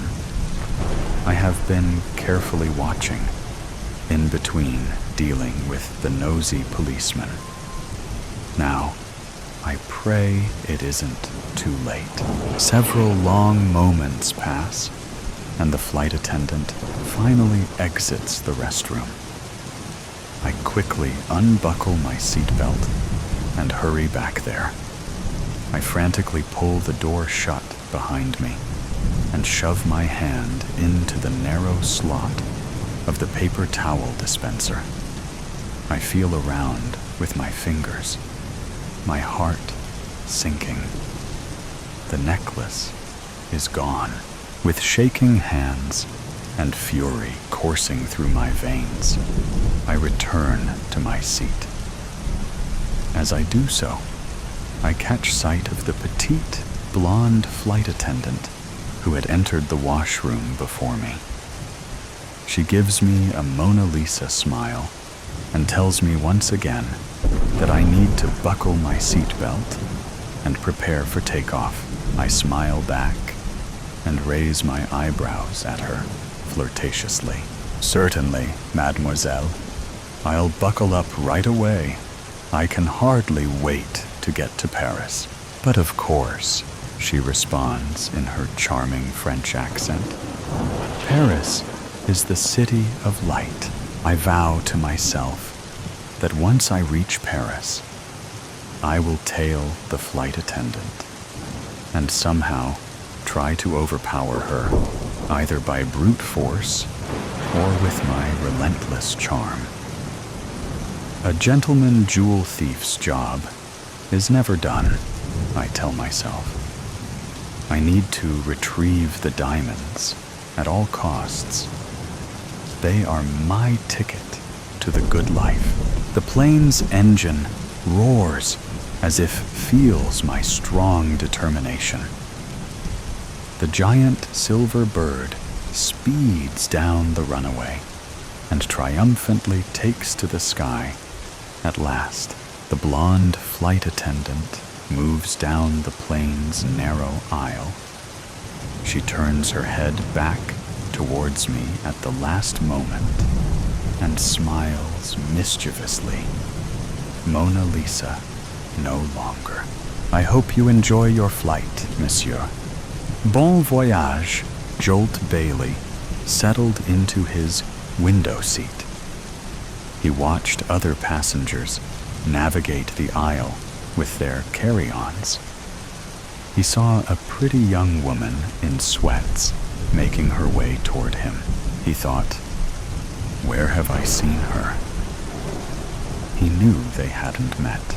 With hardly a glance, she slid into the seat next to him, strapped herself in, and focused on her cell phone.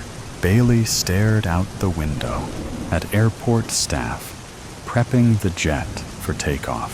Flying was a necessary evil for him. Its charms had faded years ago, but long overdue. He needed this trip. Hearing laughter, he turned toward the woman. The cause of her humor eluded him. Sensing his attention, she turned. "Can I help you?" I'm sorry. I heard you laugh, and I was curious. Not that it's any of your business. I got a text from my agent. You're right. None of my business. She turned away. Bailey said, I know this sounds stupid, but do I know you? You look so familiar. Suppressing annoyance, she sighed. You're asking me if you know me? Oh, for the good old days of trite pickup lines. No, really, I'm not. I wouldn't, not with that line. He laughed. But no, I'm married, not hitting on you. But I could swear, she sighed. You watch TV? I was in a movie last season. Ah, right. Okay, cool. Sorry to bother you. Seeking distraction, he fiddled with the video display. Flight attendants worked their way up the aisle. They checked the overheads and confirmed that everyone was securely strapped in. The captain made announcements. Bailey checked his cell phone. An attendant asked him to shut it off until after takeoff. Of course, he said. He placed it into his jacket pocket. All had settled. The plane began to taxi. Bailey corrected his perception that the exterior was moving and not the plane. Gets me every time. Once airborne, I can relax. The plane paused and then continued rolling forward. The woman turned to him. I didn't mean to be short with you before. Nervous flyer. I'd usually be flattered if someone recognized me. You didn't do anything wrong, Bailey smiled. Not a problem. I imagine fans wanting attention can wear thin. Someday, maybe. But hasn't happened yet. You're one of the few who's actually recognized me. Okay then. Hi. I promise not to stalk you. They laughed. She said, I'm Magnolia. Are you vacationing? Work trip? Glad to meet you. I'm Bailey. Nope. Off to see my kids. Hopefully reconcile with my wife. Long story. You? Getting married. She displayed her ring for him to admire. It was huge. The plane accelerated. This was Bailey's favorite part. Lift off. All that drama. And suddenly, the earth falling away. Bailey's separation from Irene and his twin girls defied explanation. He didn't understand it, nor did she. After 2 years apart, but with non-stop communications, they'd decided to try again. Step by step, once airborne, people relaxed. Some stood waiting for a restroom. Attendants served refreshments. Bailey nodded to Magnolia, who nodded back and looked away. A few minutes later, she became visibly agitated. What's that sound? I don't hear anything odd. You don't? Is that smoke coming from the wing? No. We're going through clouds. Her anxiety seemed to pass. Bailey tried reading. He stared out. Clouds and terrain passed beneath them. He thought about his family. The girls were getting big, about to start school. He dozed. A jolt spilled his water. Someone screamed. Magnolia grabbed the armrest. Bailey thought, air pocket. Normal. With another jolt, The engine sounded ragged. The jet rolled, and more screams followed intense turbulence. Someone fell.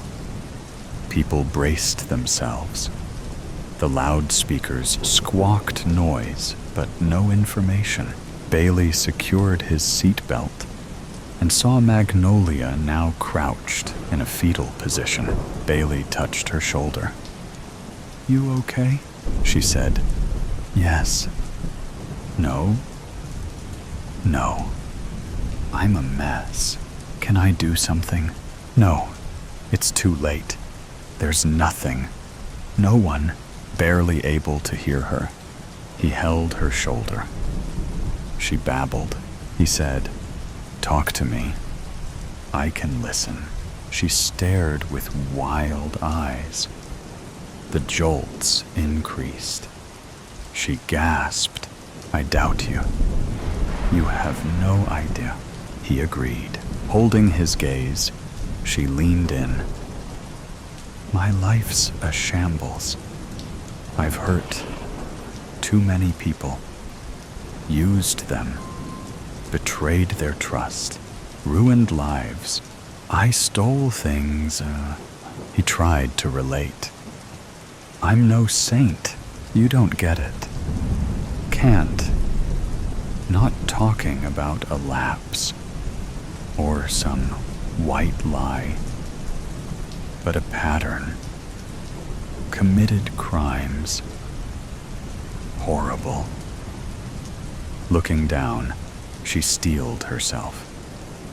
"This trip. Wanted to make amends. No time now. Need to tell someone." She squeezed his hand. The plane shifted, and they held on to each other. Everyone was screaming. Overhead compartments opened. Luggage rained into the aisle. It felt like the plane was breaking up. He held his focus. Shouting, he said, "You want me to? Listen, let me. Let it out." She sobbed. "I've been vicious. Left people broken in the gutter. Inexcusable." He recoiled, but increasing her grip. She pulled him closer. "Did you? Shut up. Listen. Can't die with this weight pressing." He pulled her closer, comforting her as much as possible. Eyes closed, their foreheads touched. They found a moment of peace amid the swirling chaos. "Thank you for putting up with me. Needed this. I love you. Love you too. For what it's worth." "Shh, don't talk. Nothing to say." With another jolt, something changed. Relief. The noise and chaos subsided. And so did the panic. Another jolt generated more screams. Then a collective sigh as the plane settled into stable flight. Soon, the captain announced preparations to land. Everyone needed to stow loose items and fasten seatbelts. Attendants assisted an injured passenger. Trying to compose himself, Bailey struggled to digest the last hour. He only wanted to see his family. The landing was uneventful. Everyone cheered when wheels touched down.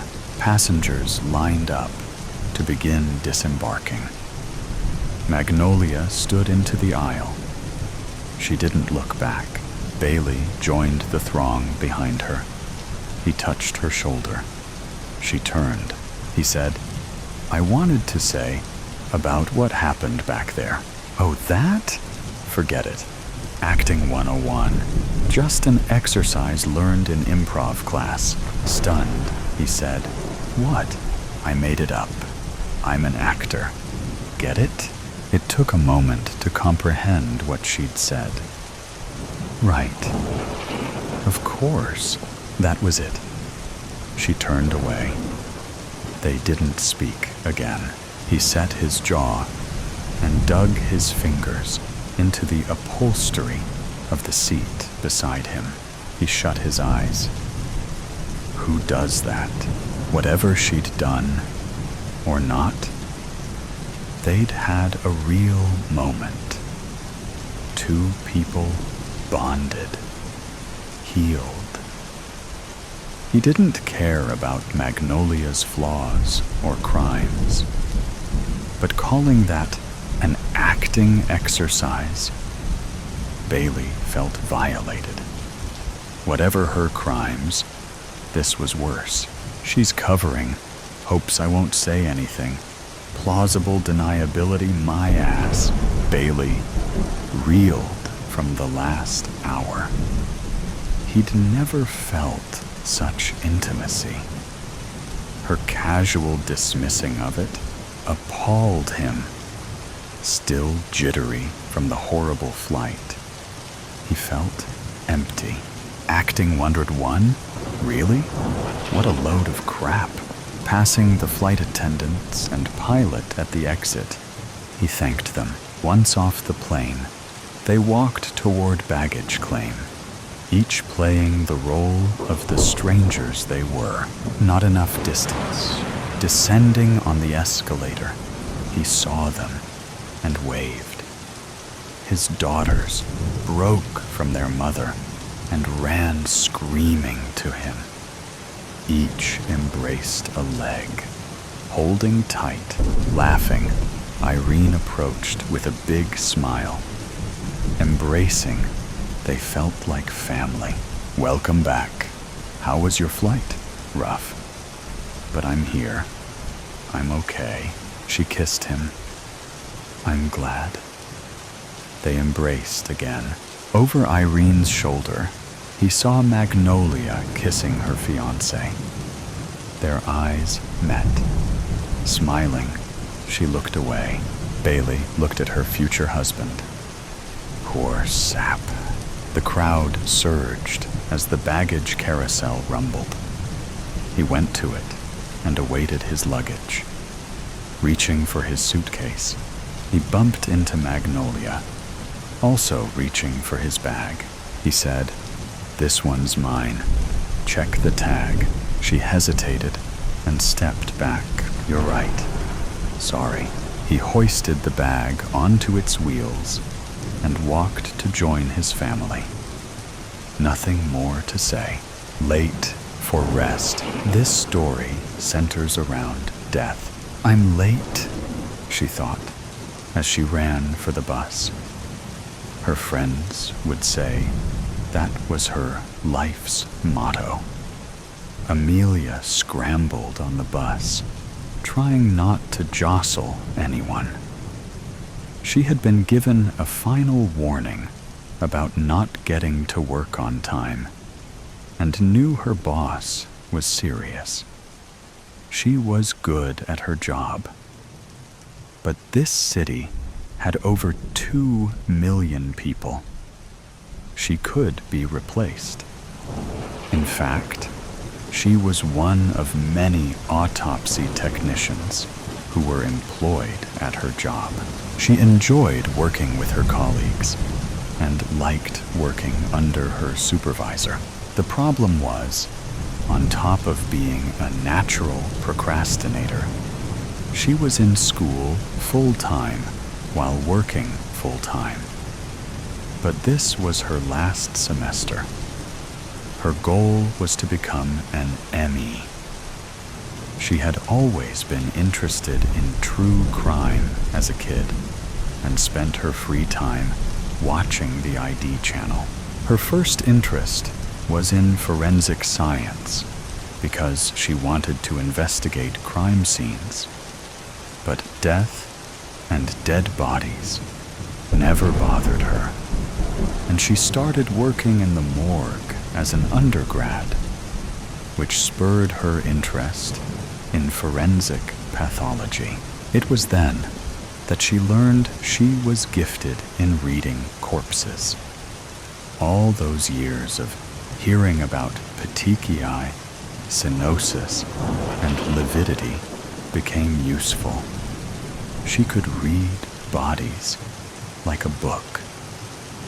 That, combined with her proclivity for stockpiling information about diseases and murder, made her a veritable glossary of forensic pathology.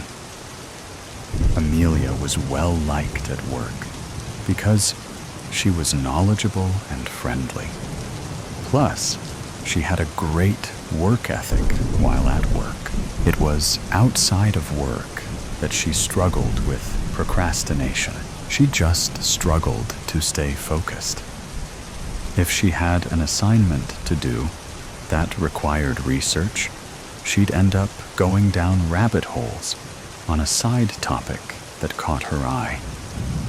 She would know it's time to stop. But if a deadline wasn't impending, she knew she could get away with pushing something off in favor of exploring her current interest. This habit is what created such a wealth of knowledge for her.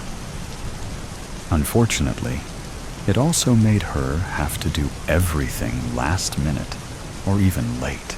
Since becoming an adult and responsible for her own finances, she has never filed her taxes on time.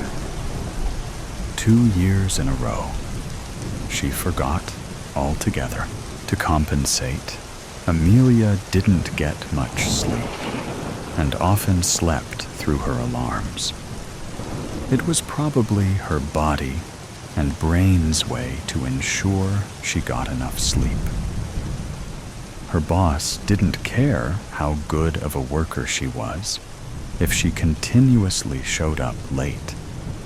She understood that, yet she still struggled to alter her habits.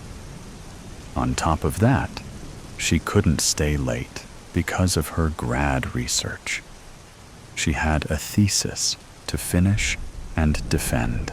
Amelia lived in a state of guilt and shame over not being better at time management, but figured she'd have time to learn how to get better at it later. Today, it was important to not be late. There was still a possibility of making it on time. She missed her first bus, but ran full speed 6 blocks to catch a different one. She had a chance to rest before her stop, and then she'd have to sprint again for the light rail. It was a tight plan, requiring more physical exertion than she was used to, especially outside in Houston in the summer. But it was better to turn up drenched in sweat than late. For once, Amelia made it to work on time. And surprisingly, she wasn't sweating or even tired. Smiling to herself, she walked into the lab, expecting a few comments razzing her for unusual timeliness. However, everyone looked stern. This wasn't unusual in a morgue where many unfortunate events cause bodies to end up here. It was especially hard when it was a child or a victim of a violent assault. Or worse, a child who was a victim of a violent assault. Occasionally, a friend or relative of one of her colleagues came through. Everyone was very professional, but an underlying awkwardness was always present.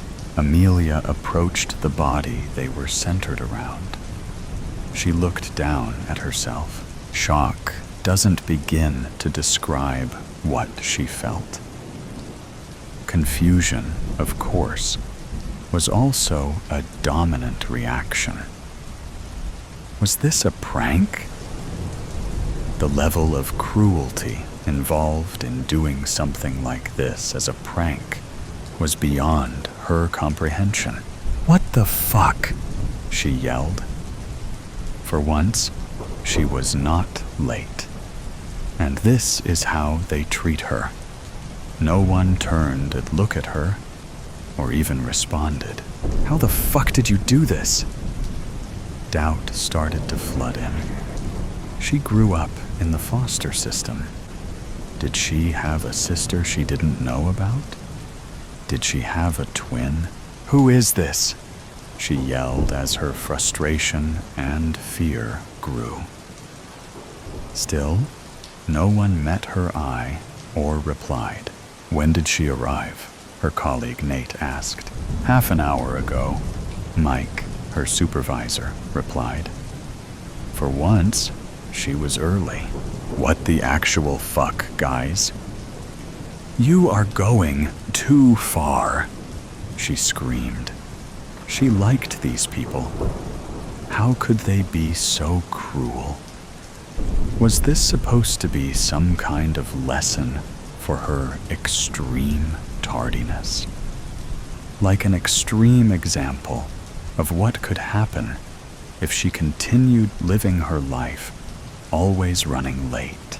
Ironically, I believe she was hit by a bus while she was running for a different one, Mike suggested.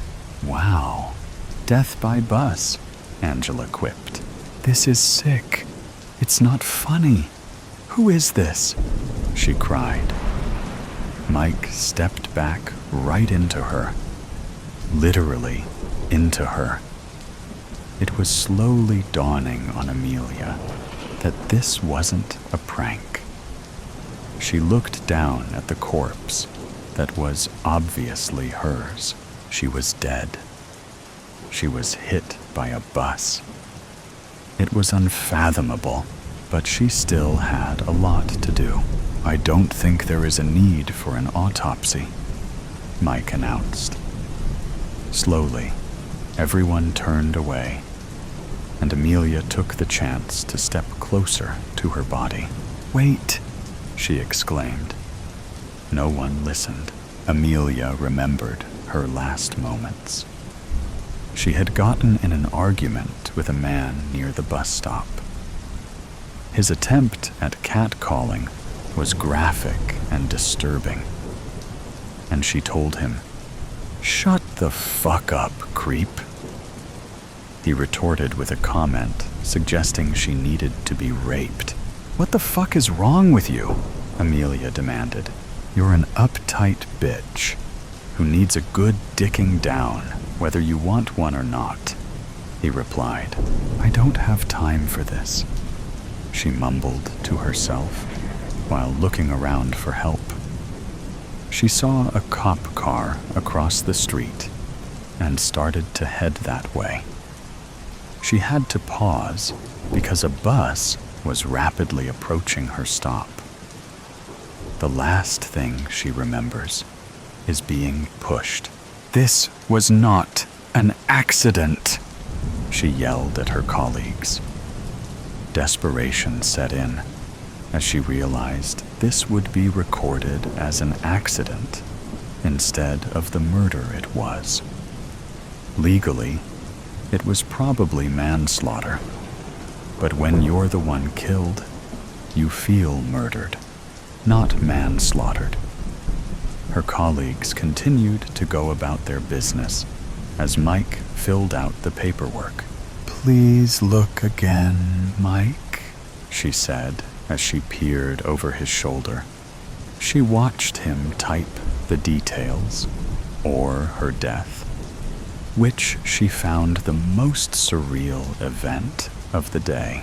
"Please," she whispered again, before going to look at her body for evidence that she had been pushed.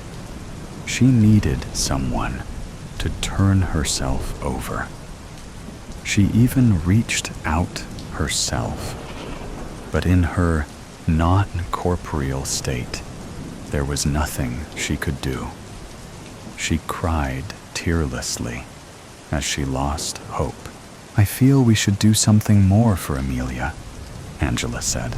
Like plan her funeral, Mike suggested. She had no family. I was thinking more along the lines of an autopsy, she offered. Amelia would have wanted one. It's true. Even if she hadn't suspected an attack, she still would want an autopsy. She had already planned for her body to be donated to the body farm when she died. She had lived a life of science and wanted to continue in death. You're right, Mike said. Before getting up, he changed the paperwork to justify an autopsy. Amelia waited as patiently as she could until it happened. Her body was finally rolled over, and there were marks indicating that she wasn't just pushed, but punched in the back with 2 fists. Holy shit, Angela remarked. Stunned, the whole team began discussing possibilities as Amelia felt herself being pulled away. No, I don't want to go, she cried. This would be the final rabbit hole she'd ever go down, and the most important one to her.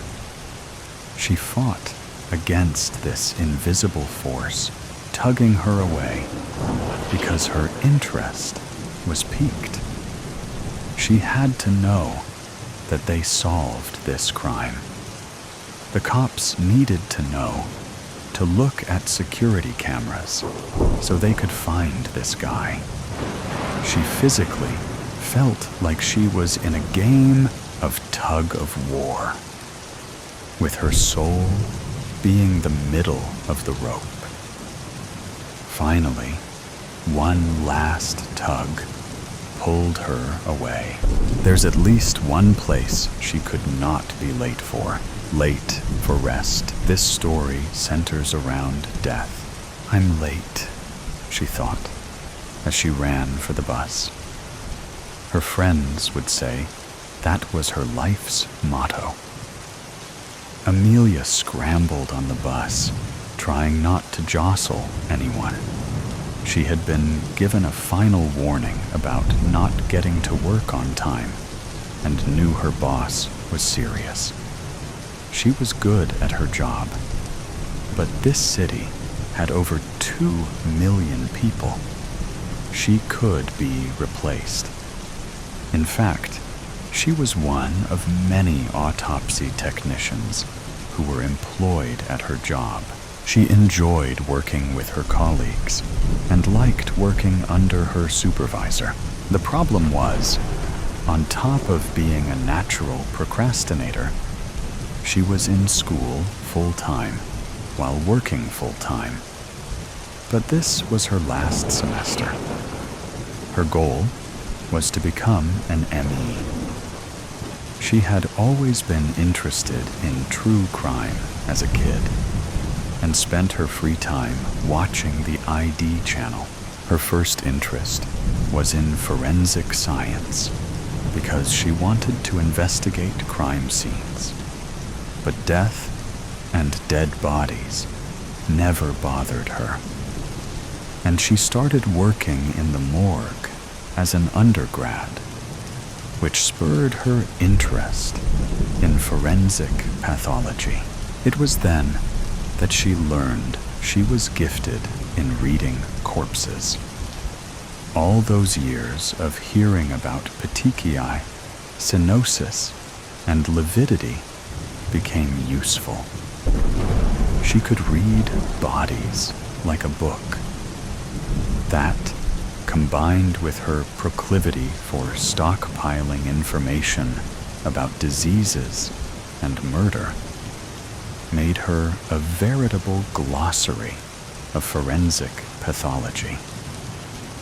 Amelia was well liked at work because she was knowledgeable and friendly. Plus, she had a great work ethic while at work. It was outside of work that she struggled with procrastination. She just struggled to stay focused. If she had an assignment to do that required research, she'd end up going down rabbit holes on a side topic that caught her eye. She would know it's time to stop. But if a deadline wasn't impending, she knew she could get away with pushing something off in favor of exploring her current interest. This habit is what created such a wealth of knowledge for her. Unfortunately, it also made her have to do everything last minute or even late. Since becoming an adult and responsible for her own finances, she has never filed her taxes on time. 2 years in a row, she forgot altogether. To compensate, Amelia didn't get much sleep and often slept through her alarms. It was probably her body and brain's way to ensure she got enough sleep. Her boss didn't care how good of a worker she was if she continuously showed up late. She understood that, yet she still struggled to alter her habits. On top of that, she couldn't stay late because of her grad research. She had a thesis to finish and defend. Amelia lived in a state of guilt and shame over not being better at time management, but figured she'd have time to learn how to get better at it later. Today, it was important to not be late. There was still a possibility of making it on time. She missed her first bus, but ran full speed 6 blocks to catch a different one.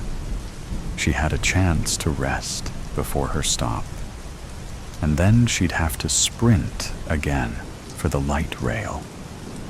It was a tight plan, requiring more physical exertion than she was used to, especially outside in Houston in the summer.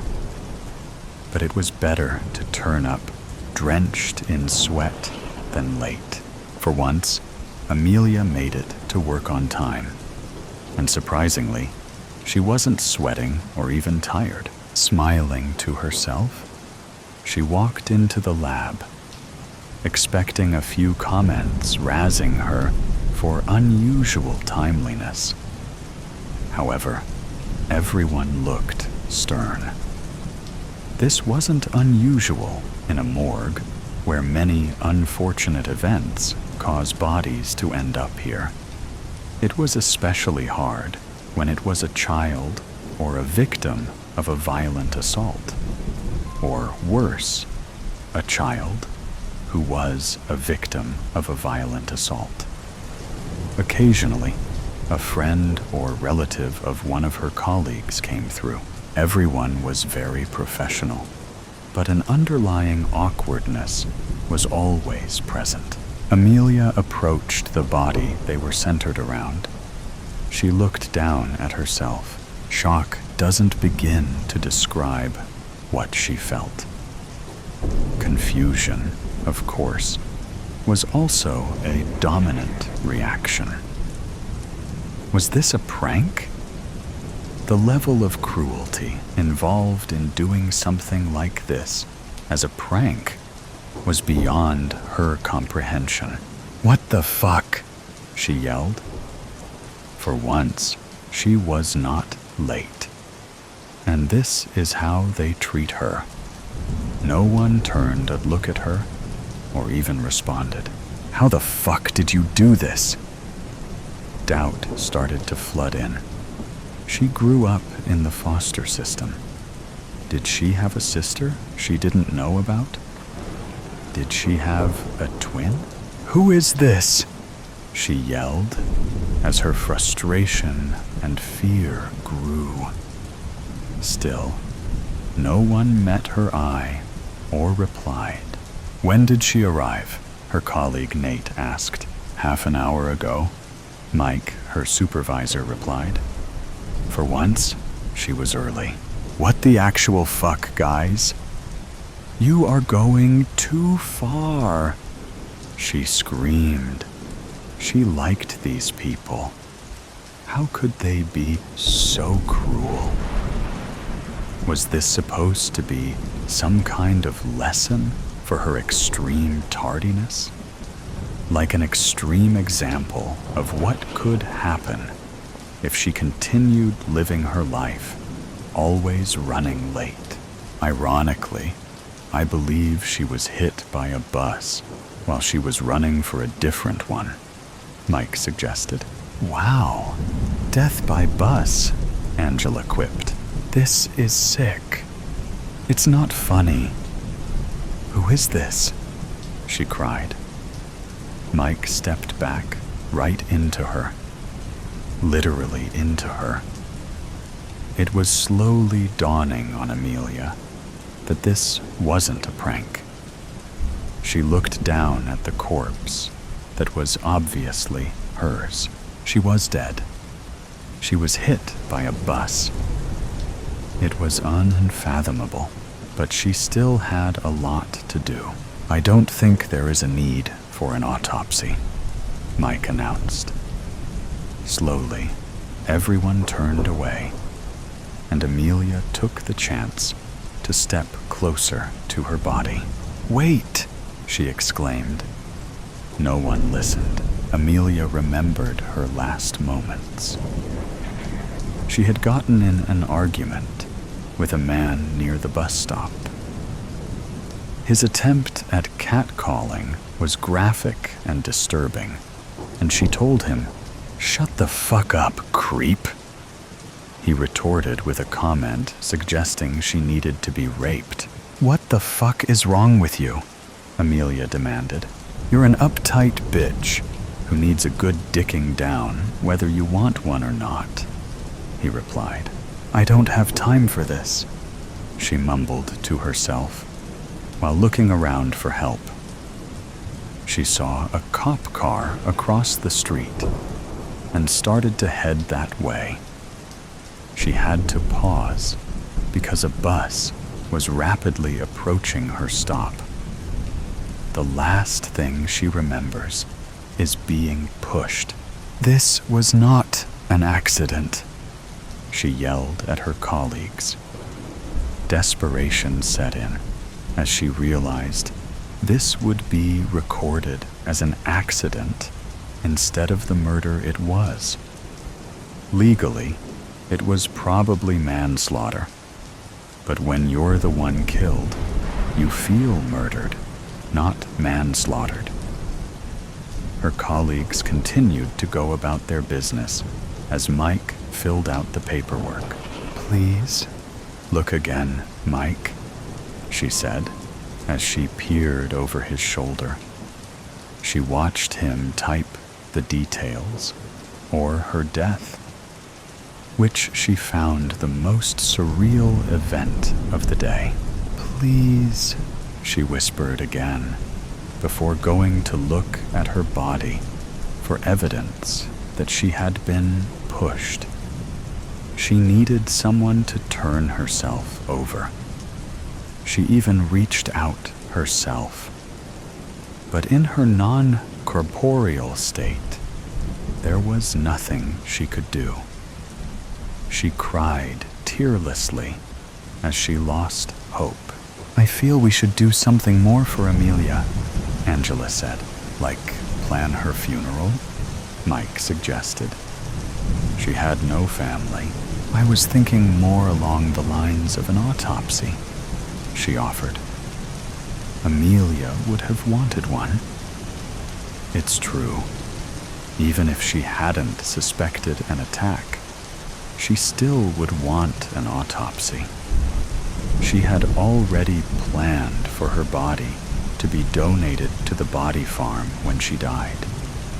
She had lived a life of science and wanted to continue in death. You're right, Mike said.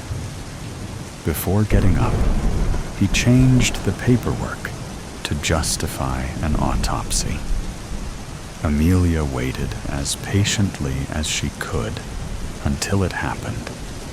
Her body was finally rolled over, and there were marks indicating that she wasn't just pushed, but punched in the back with 2 fists.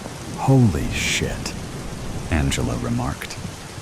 Stunned, the whole team began discussing possibilities as Amelia felt herself being pulled away. "No, I don't want to go," she cried. This would be the final rabbit hole she'd ever go down, and the most important one to her. She fought against this invisible force tugging her away because her interest was piqued. She had to know that they solved this crime. The cops needed to know to look at security cameras so they could find this guy. She physically felt like she was in a game of tug of war, with her soul being the middle of the rope. Finally, one last tug pulled her away. There's at least one place she could not be late for, to the end of the line. When I was a child, I loved trains. Pretty typical little boy enchantment, I think. Wooden tracks and tiny metal wheels, 100 different configurations across my bedroom floor, with the train track pattern carpet. We lived in the countryside, and the trains only ran through the city, so seeing the real thing on a rare outing was like Christmas and birthdays combined. I remember even when I got older that my mother and I would stop at the side of the footpath to watch as they shot over the tracks. I never liked Thomas the Tank Engine, though. The faces creeped me out. I'm mostly neutral about trains now, I think. Adulthood makes you neutral about the things that excited you in childhood, or they encourage you to act like you're neutral about them. I started taking the train daily in my second year of university, and I guess it lost some of its shininess, but I was never as miserable with the journey as some of my fellow commuters. If I had to sit for 40 minutes either way, might as well spend it on a speed-smooth train, watching the landscape shoot by like I'd imagined as a kid. I can't say there's a lot of joy in it today, even if it seems a little fitting in some ways. Beginning and end, you know. A child dreaming of trains, and an adult booking it to the fastest one possible. I still push through to my usual car, the one with the most windows and the best views, opting to look our desecrated landscape in the eyes as we passed over it. The car is emptier than I thought it would be. Are people not flocking to the trains, desperate for a seat? A chance to watch everything flying past? And I settle where I can watch the landscape and the car around me from the same place. I rode to the end of the line once, when I had first moved to the city, and just wanted to quietly indulge that train-loving child still in my chest. I moved from seat to seat as the train emptied, getting the best views and just existing in the feeling. I think I was listening to Imagine Dragons, or something equally fitting for my youth. just watching everything fly past and trying not to think about grades and professor and facsimiles of friends. All of that stuff had seemed so important back then, like it was the whole world. Today, I'll make that same trip, the end of the line with my eyes on the horizon. No music, though. Today, I'll keep my focus sharp. The car fills slowly and brings with it more commotion than usual. Groups of people talking in frantic pitches and hysterical sobs. Some are dark and grouchy. Those pessimistic, I told you so people. Some are trying to project sunlight through their shaking hands, smiling and saying how much better things will be at the end of the line. All of them are afraid. I am too, but I'm glad to be on the train. The train seems to be faster than usual when it at last sets off. I suppose safety restrictions around speed don't matter anymore. It's still safer than off the train, and there's less to worry about when nothing is coming in the other direction. When we pass the motorway, everything is the same. All the cars heading north, nothing passing the other way. All the lanes filled up to the brim. Those are the people who couldn't leave a thing behind, who filled their seats with books and family heirlooms and nice coats. A nice thought, but none of them will make it to the north. That's what the men across the car are saying, shaking heads to hide their shaking hands. We ride for maybe half an hour before someone spots them. It starts with gasps of horror among friends, pointing and screaming.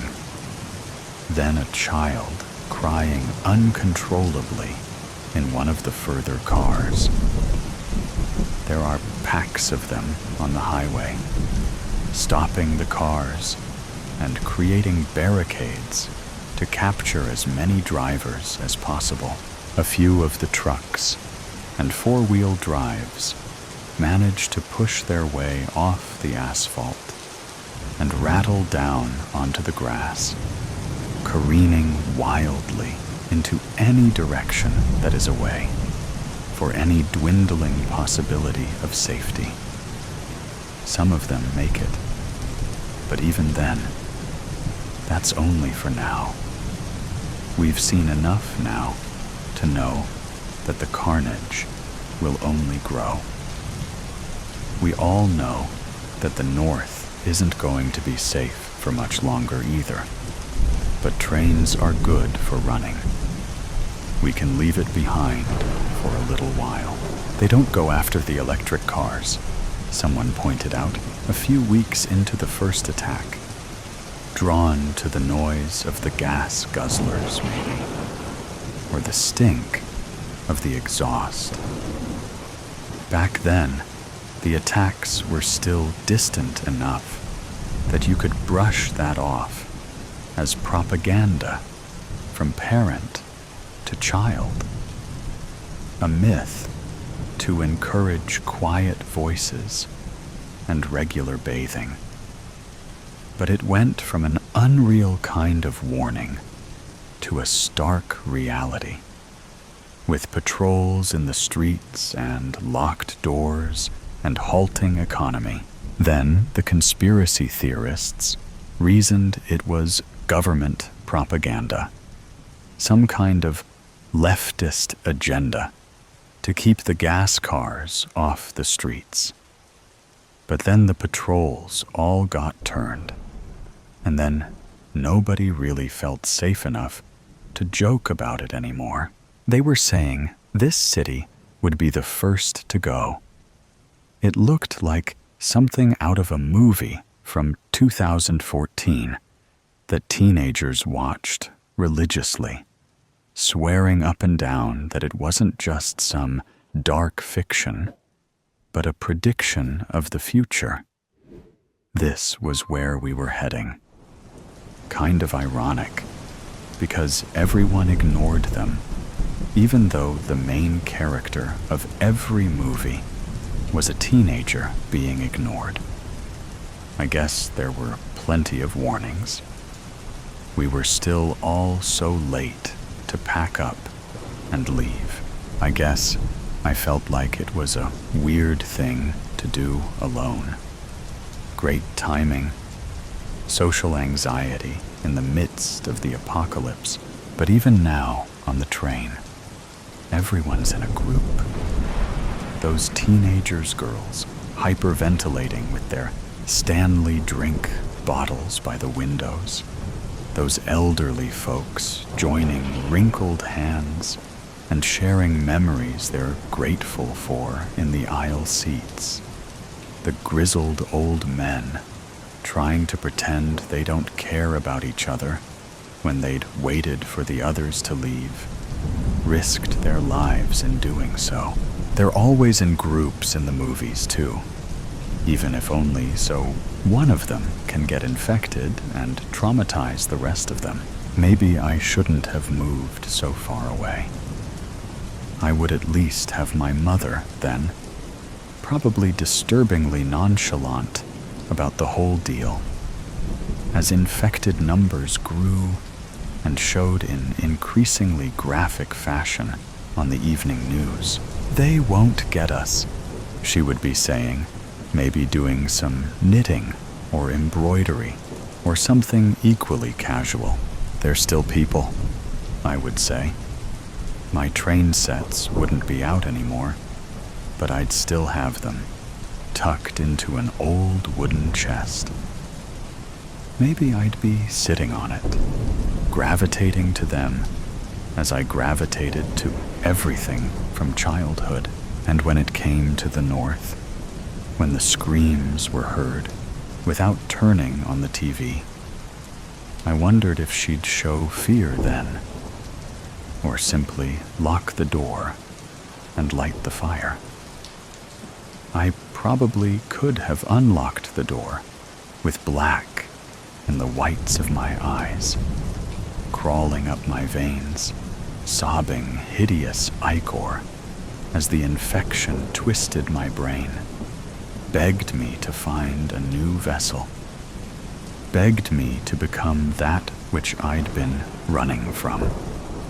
She would be too stubborn to run then. I would tell her that it wanted me to kill, wanted me to submit and drag down whoever I could. And she would offer her chest and her veins and take the pain that way. "It's always been you and me, Bug," she'd say, without a trace of sadness or regret. "Bring me with you. We'll see what comes next." They're coming closer to the train now. Someone is praying in a faltering fashion that suggests they might not have bothered in a long time. The conductor's voice comes over the intercom. "Stay calm. The tracks are clear, and we're making good time." But it doesn't do anything to calm anybody. We're in the frontmost car, so they'll reach us last. But we'll also be the last to see them coming. It would have been nice to travel in a group, but I've never been very good at groups. Nobody ever feels the same as you about everything, which means that everybody sucks at least a little bit. It's still nice to imagine conversation, but the imagined conversation is much more between several variations of myself. The me in early college that's listening to Imagine Dragons, watching the apocalypse, and thinking about those homework due dates that we won't live to see. The child me playing with wooden trains and cheering to pass them in the street, maybe once or twice a year. For a moment, I consider sending a photo to my mother.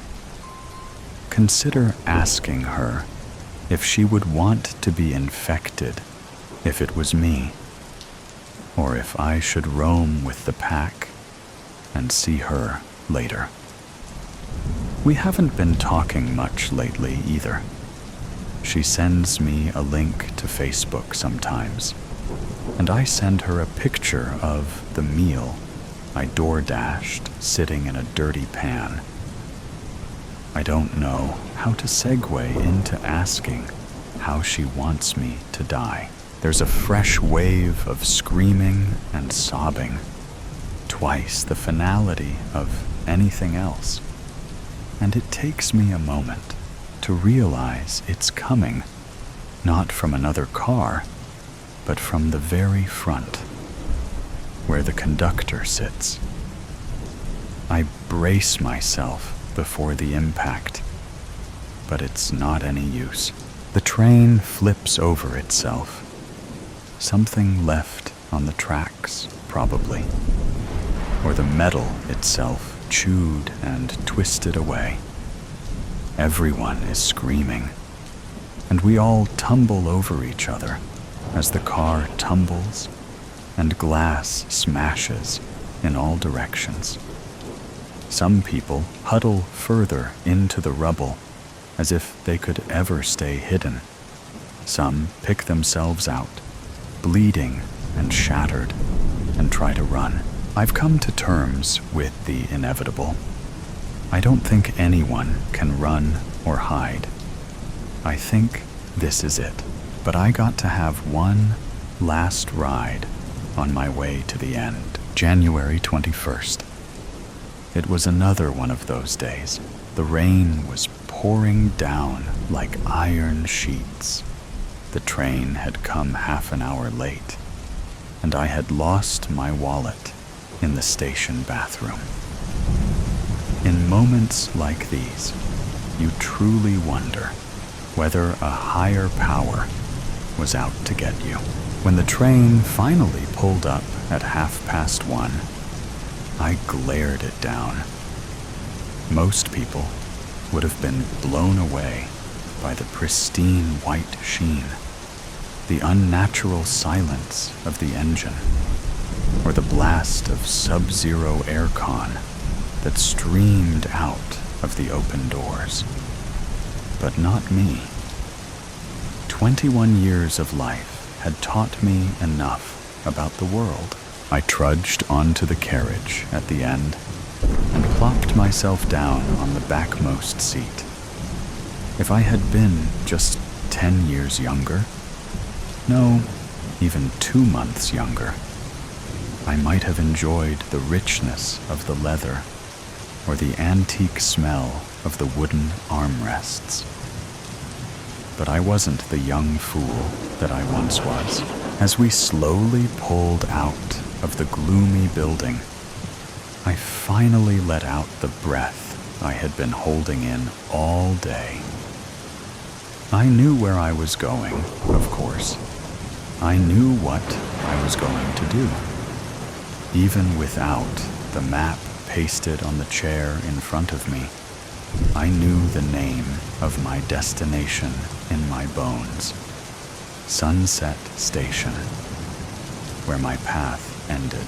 I closed my eyes, listening to the rain clatter against the window like bullets. The last lullaby I'd ever enjoy, I supposed. I fiddled with a golden chain strung around my neck. Not even a minute passed by when someone tapped my shoulder. "Is this seat taken?" I prized my eyes open and felt my heart skip a beat. She had flawless skin, about a shade darker than sandstone. Her jet black hair cascaded down in smooth waterfalls, gently brushing against her lower back. They formed a loose curtain over her chocolate eyes, which glittered like galaxies. A burgundy jacket was draped over her shoulders, the velvet seeming softer than cat fur. Her nails were dabbed with a light layer of wine nail polish, complementing her lips. Something about her seemed oddly familiar to me, even though I'd never met her before. "Is it taken?" she repeated. Her voice was a soft jingle, a quiet chortle. I blinked. No, I let out a tiny groan when she plopped herself down, the smell of vanilla following her. The one thing I didn't want to do was engage in conversation on the tail end of my journey.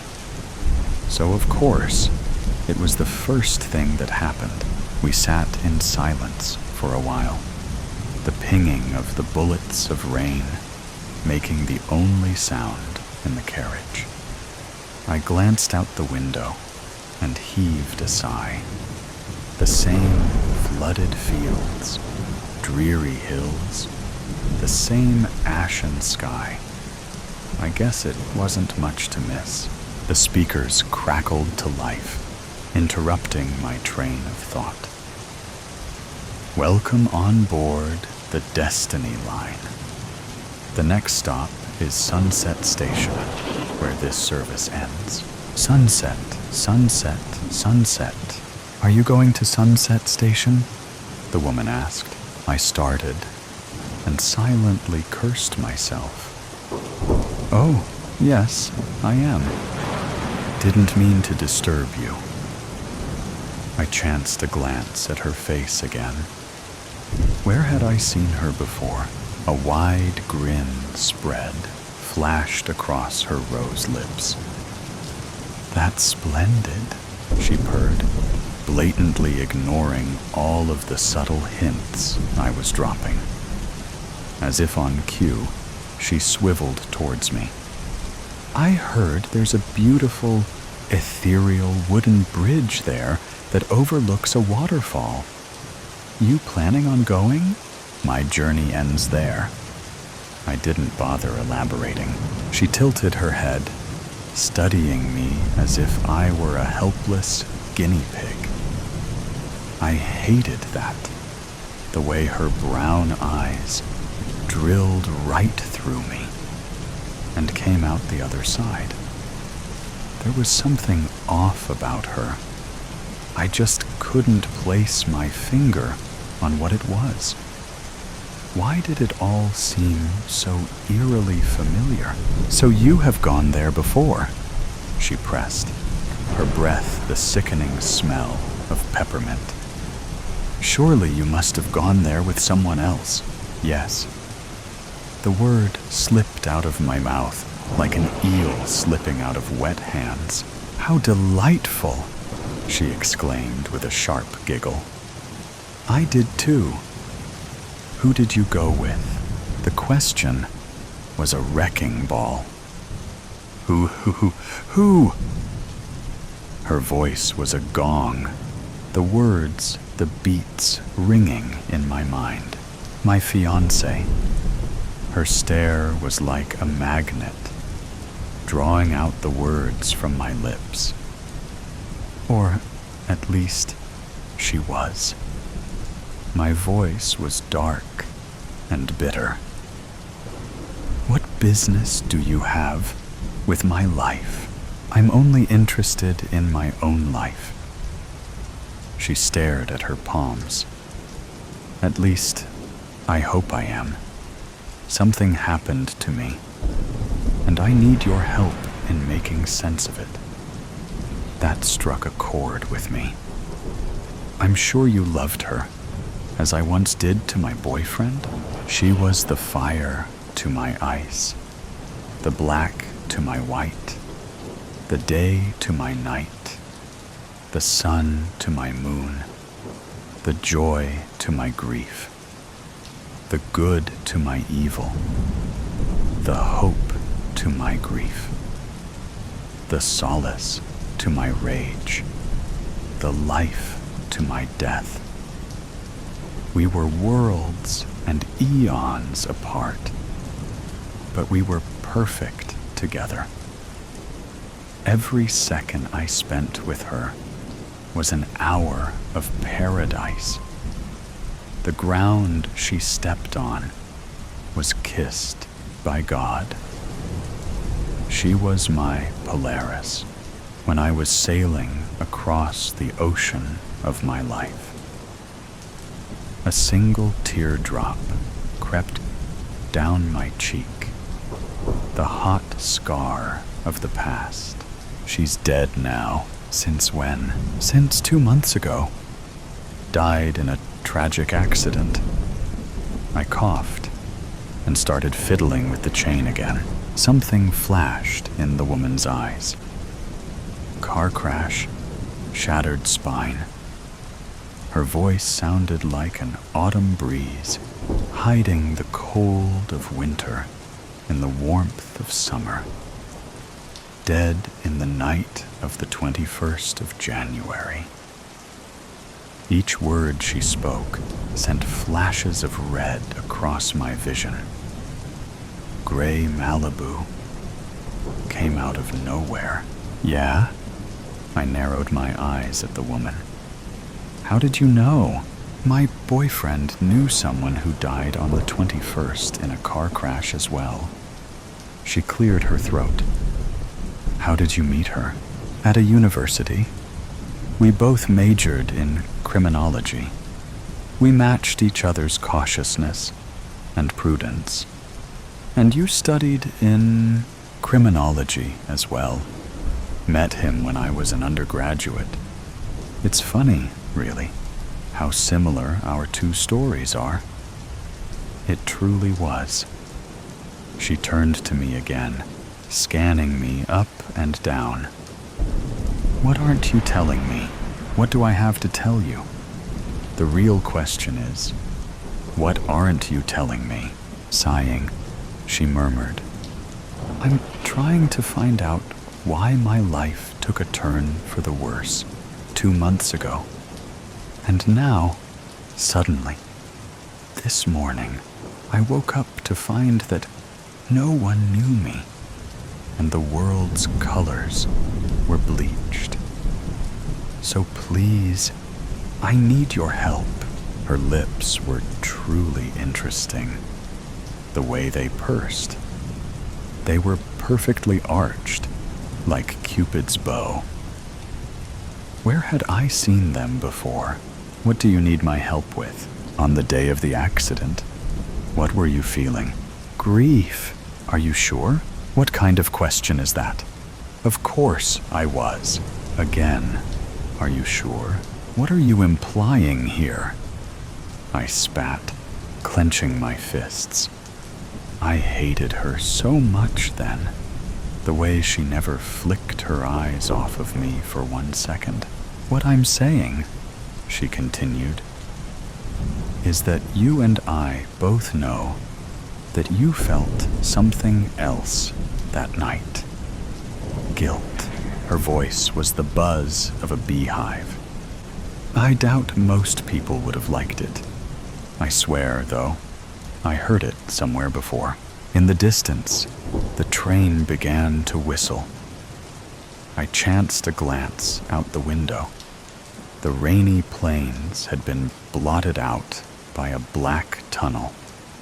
The Stygian wall was a nice reflection of my mind, I suppose.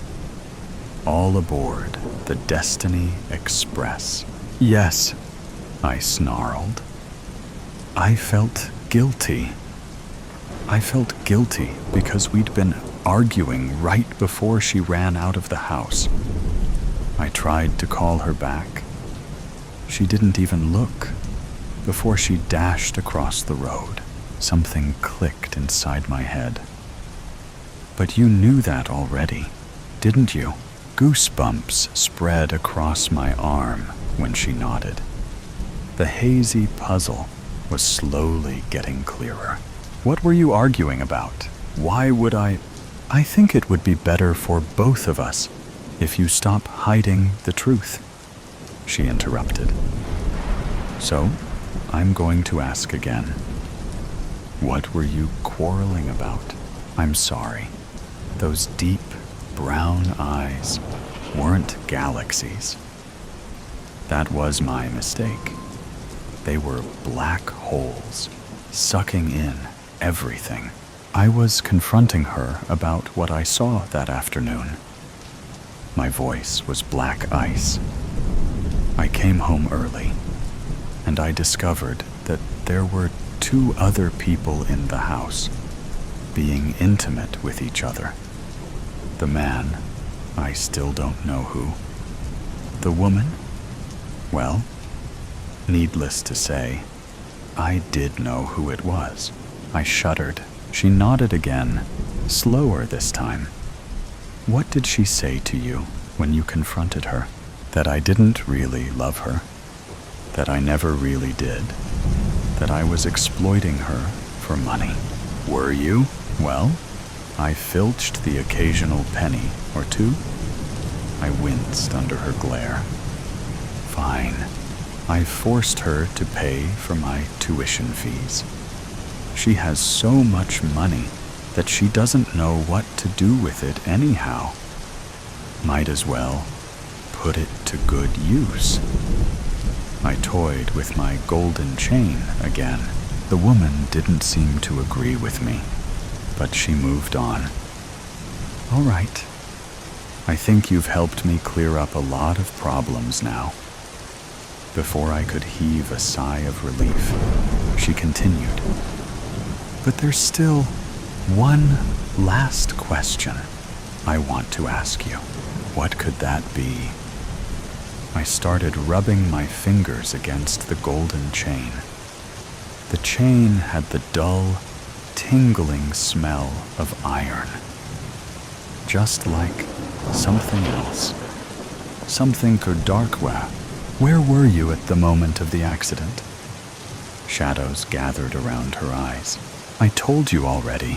Which is where, again? Steel hands gripped my lungs. I was calling out to her, trying to stop her from recklessly dashing. She didn't listen to me. Was I imagining things? Or was there a flicker somewhere on her face? No, her neck was flickering. It was slowly bending, slowly becoming deformed. Or was I imagining things? She spoke 2 words. You're lying. The temperature seemed to plummet. What? You're lying. You know it in your heart. You've known for 2 months. Oh my. Death is a lie. No, no, no. It couldn't be happening. But it was staring right back at me. The truth clicked, like the final piece of the jigsaw puzzle fitting in. I knew now. I knew everything. Fine. Fine. Fine. I admit it. I wasn't running after her. I wasn't calling out to her. I wasn't trying to stop her. No. I'm a double-faced liar. Yes, that's what I am. A psychopath. My fiancée did not die in an accident. I killed her. I killed her. I killed her. I killed her. I dragged her out of the house. I threw her in front of a speeding gray Malibu.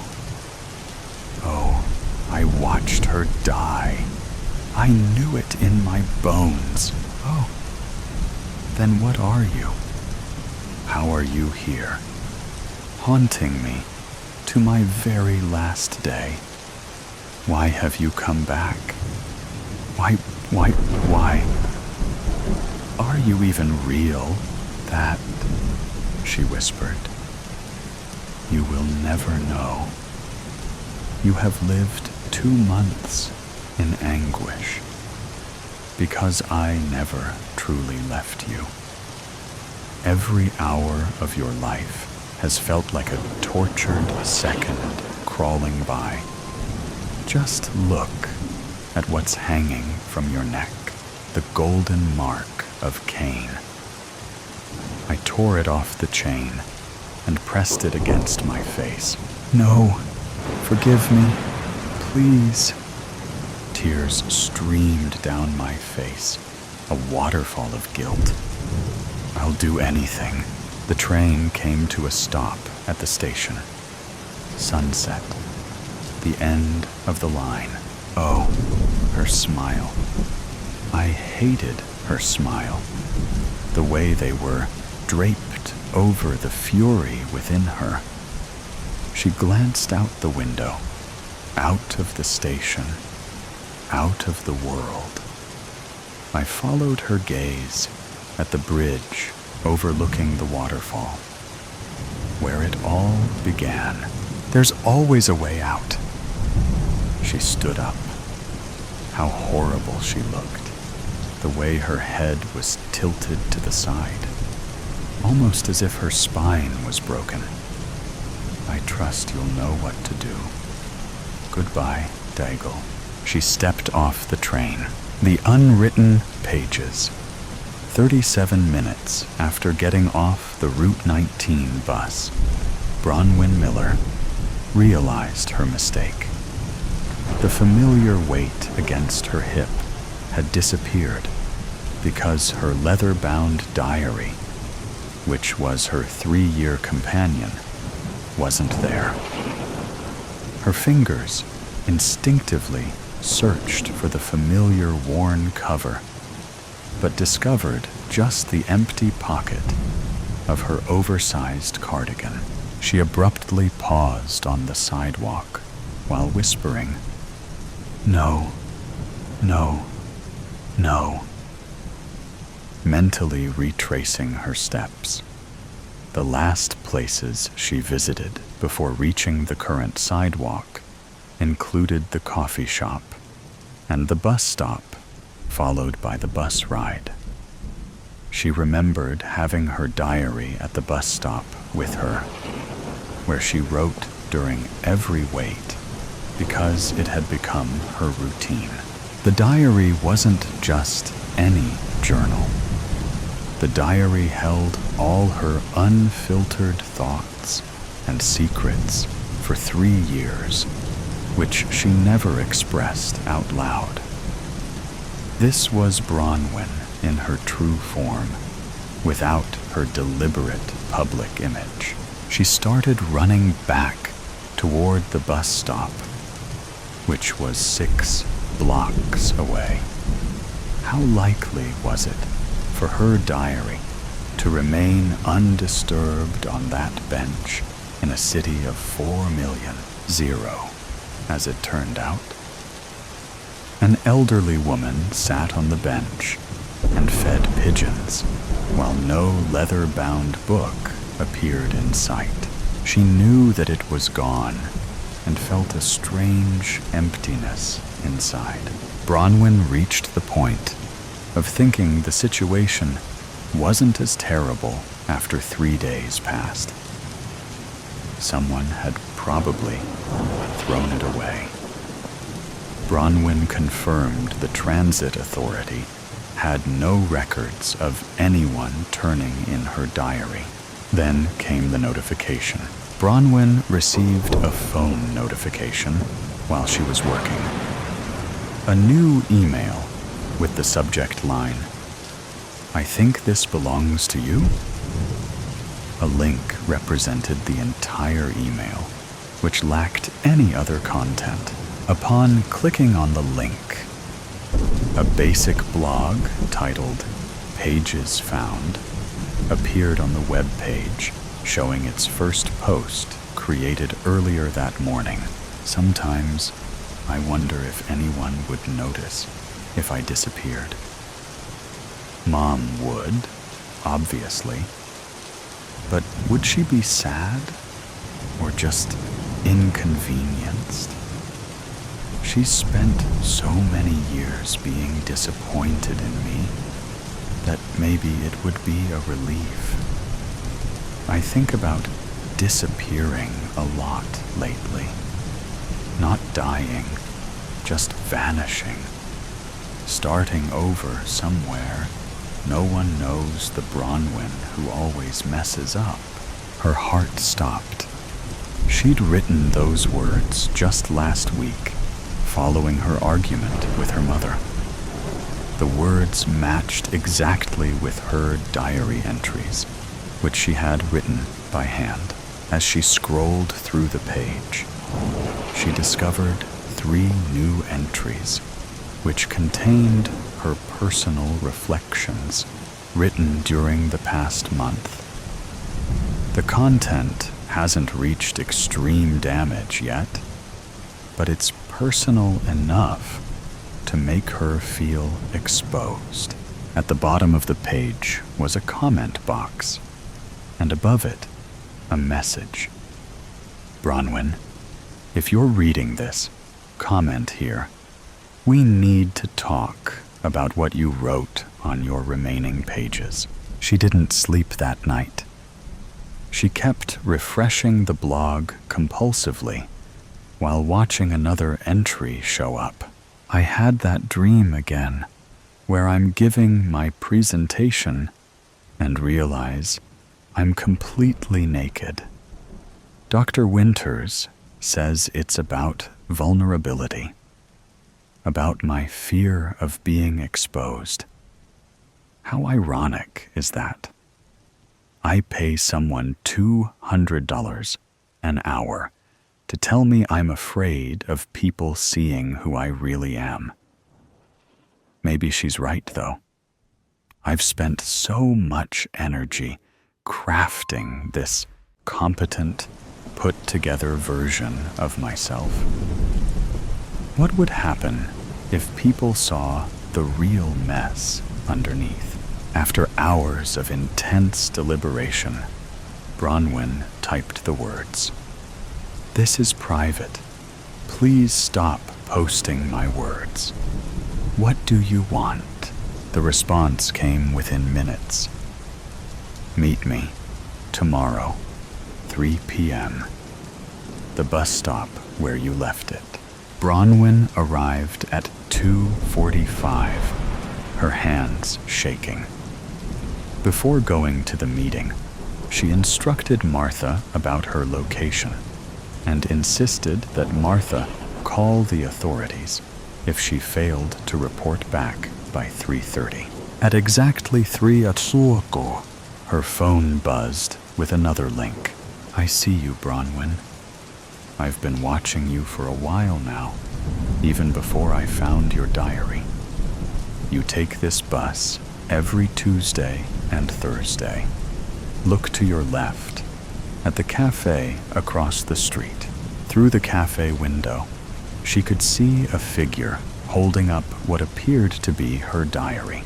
Her heart raced as she stood at the curb, until a gap in the traffic opened for her to cross.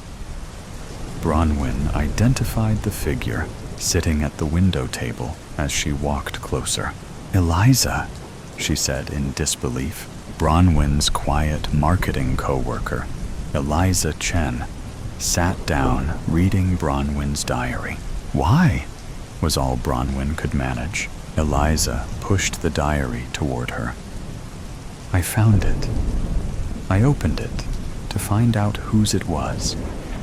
And once I realized it was yours, I should have just returned it.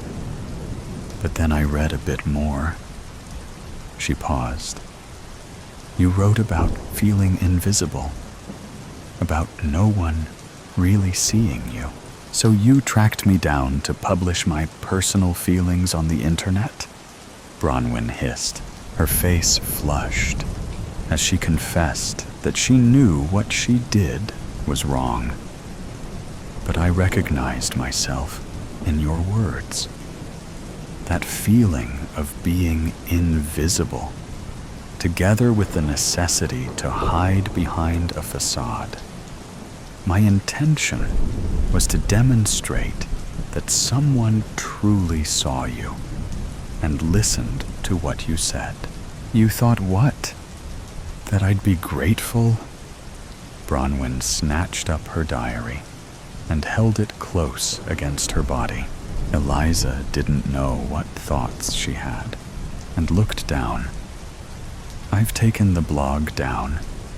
All the posts are deleted.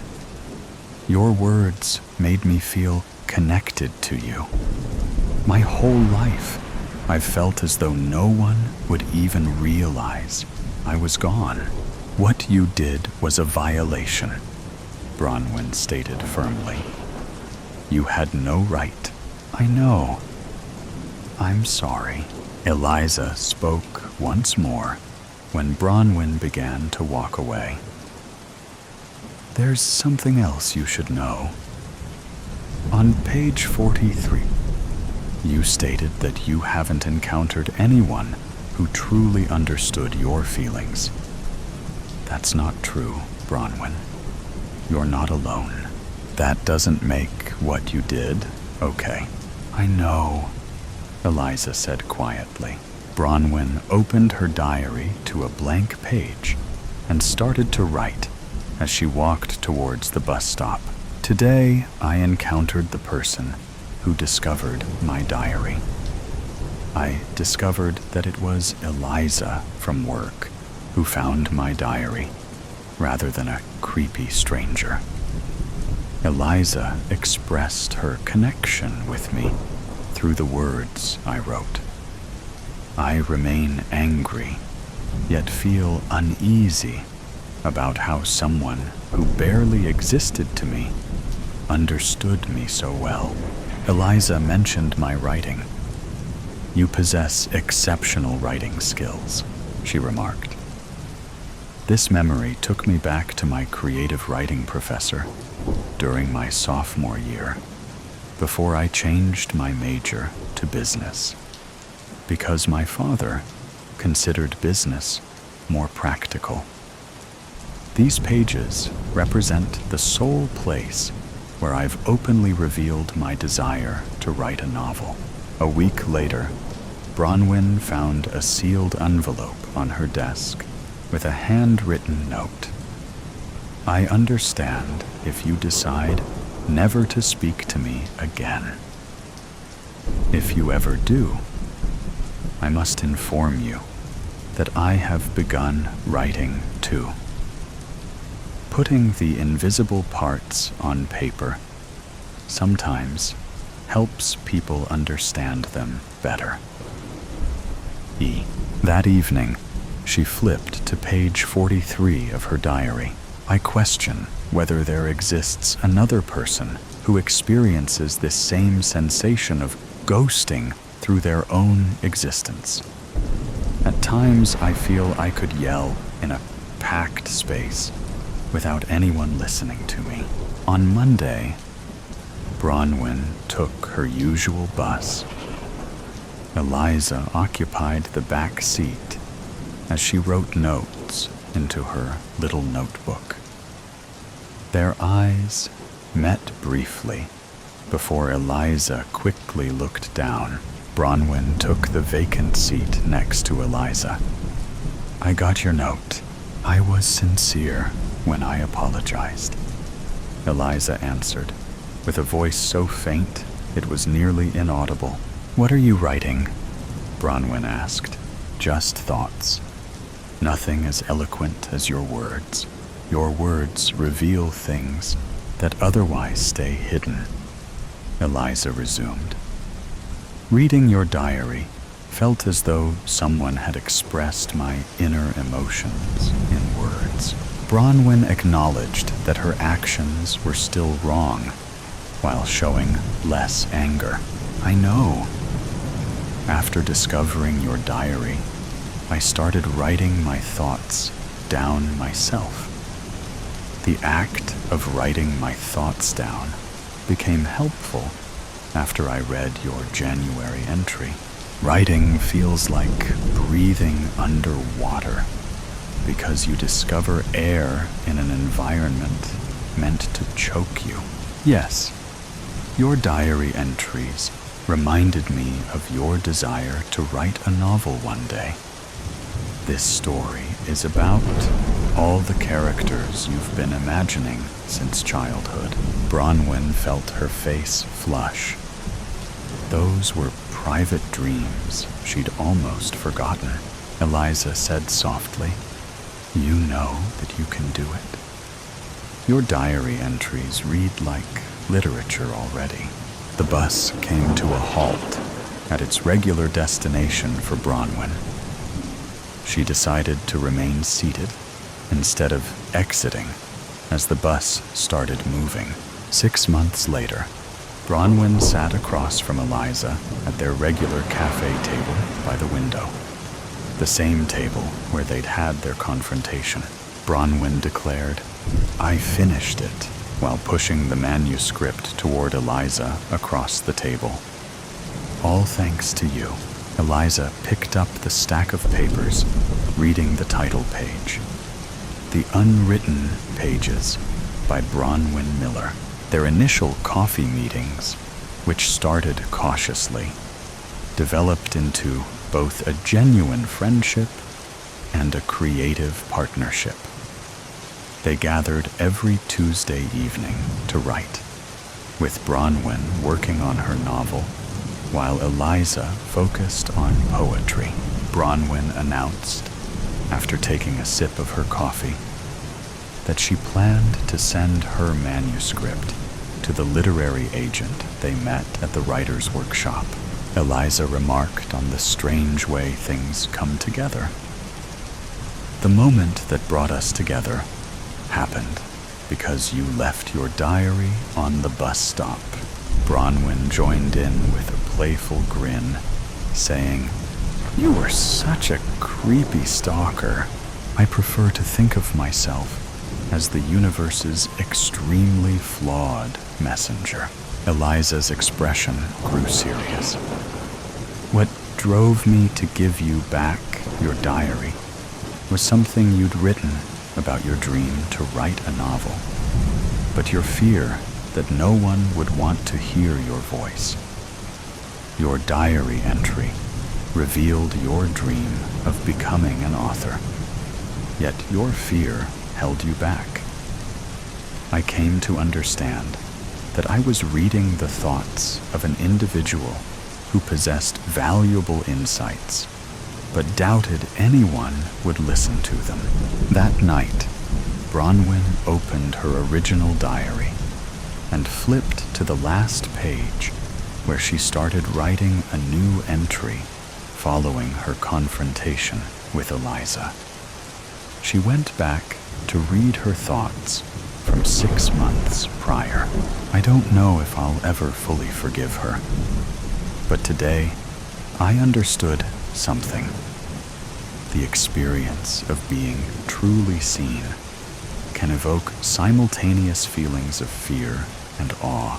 Beneath those words, Bronwyn added, "Today I finished my novel." Sometimes the worst moments in our lives become doorways to the best ones. Sometimes a stranger becomes the friend who helps you find your voice.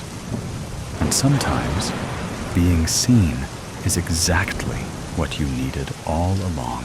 She shut the diary softly because she was no longer fearful of its contents or the consequences of someone reading them. The words had served their purpose. They had guided her home to herself.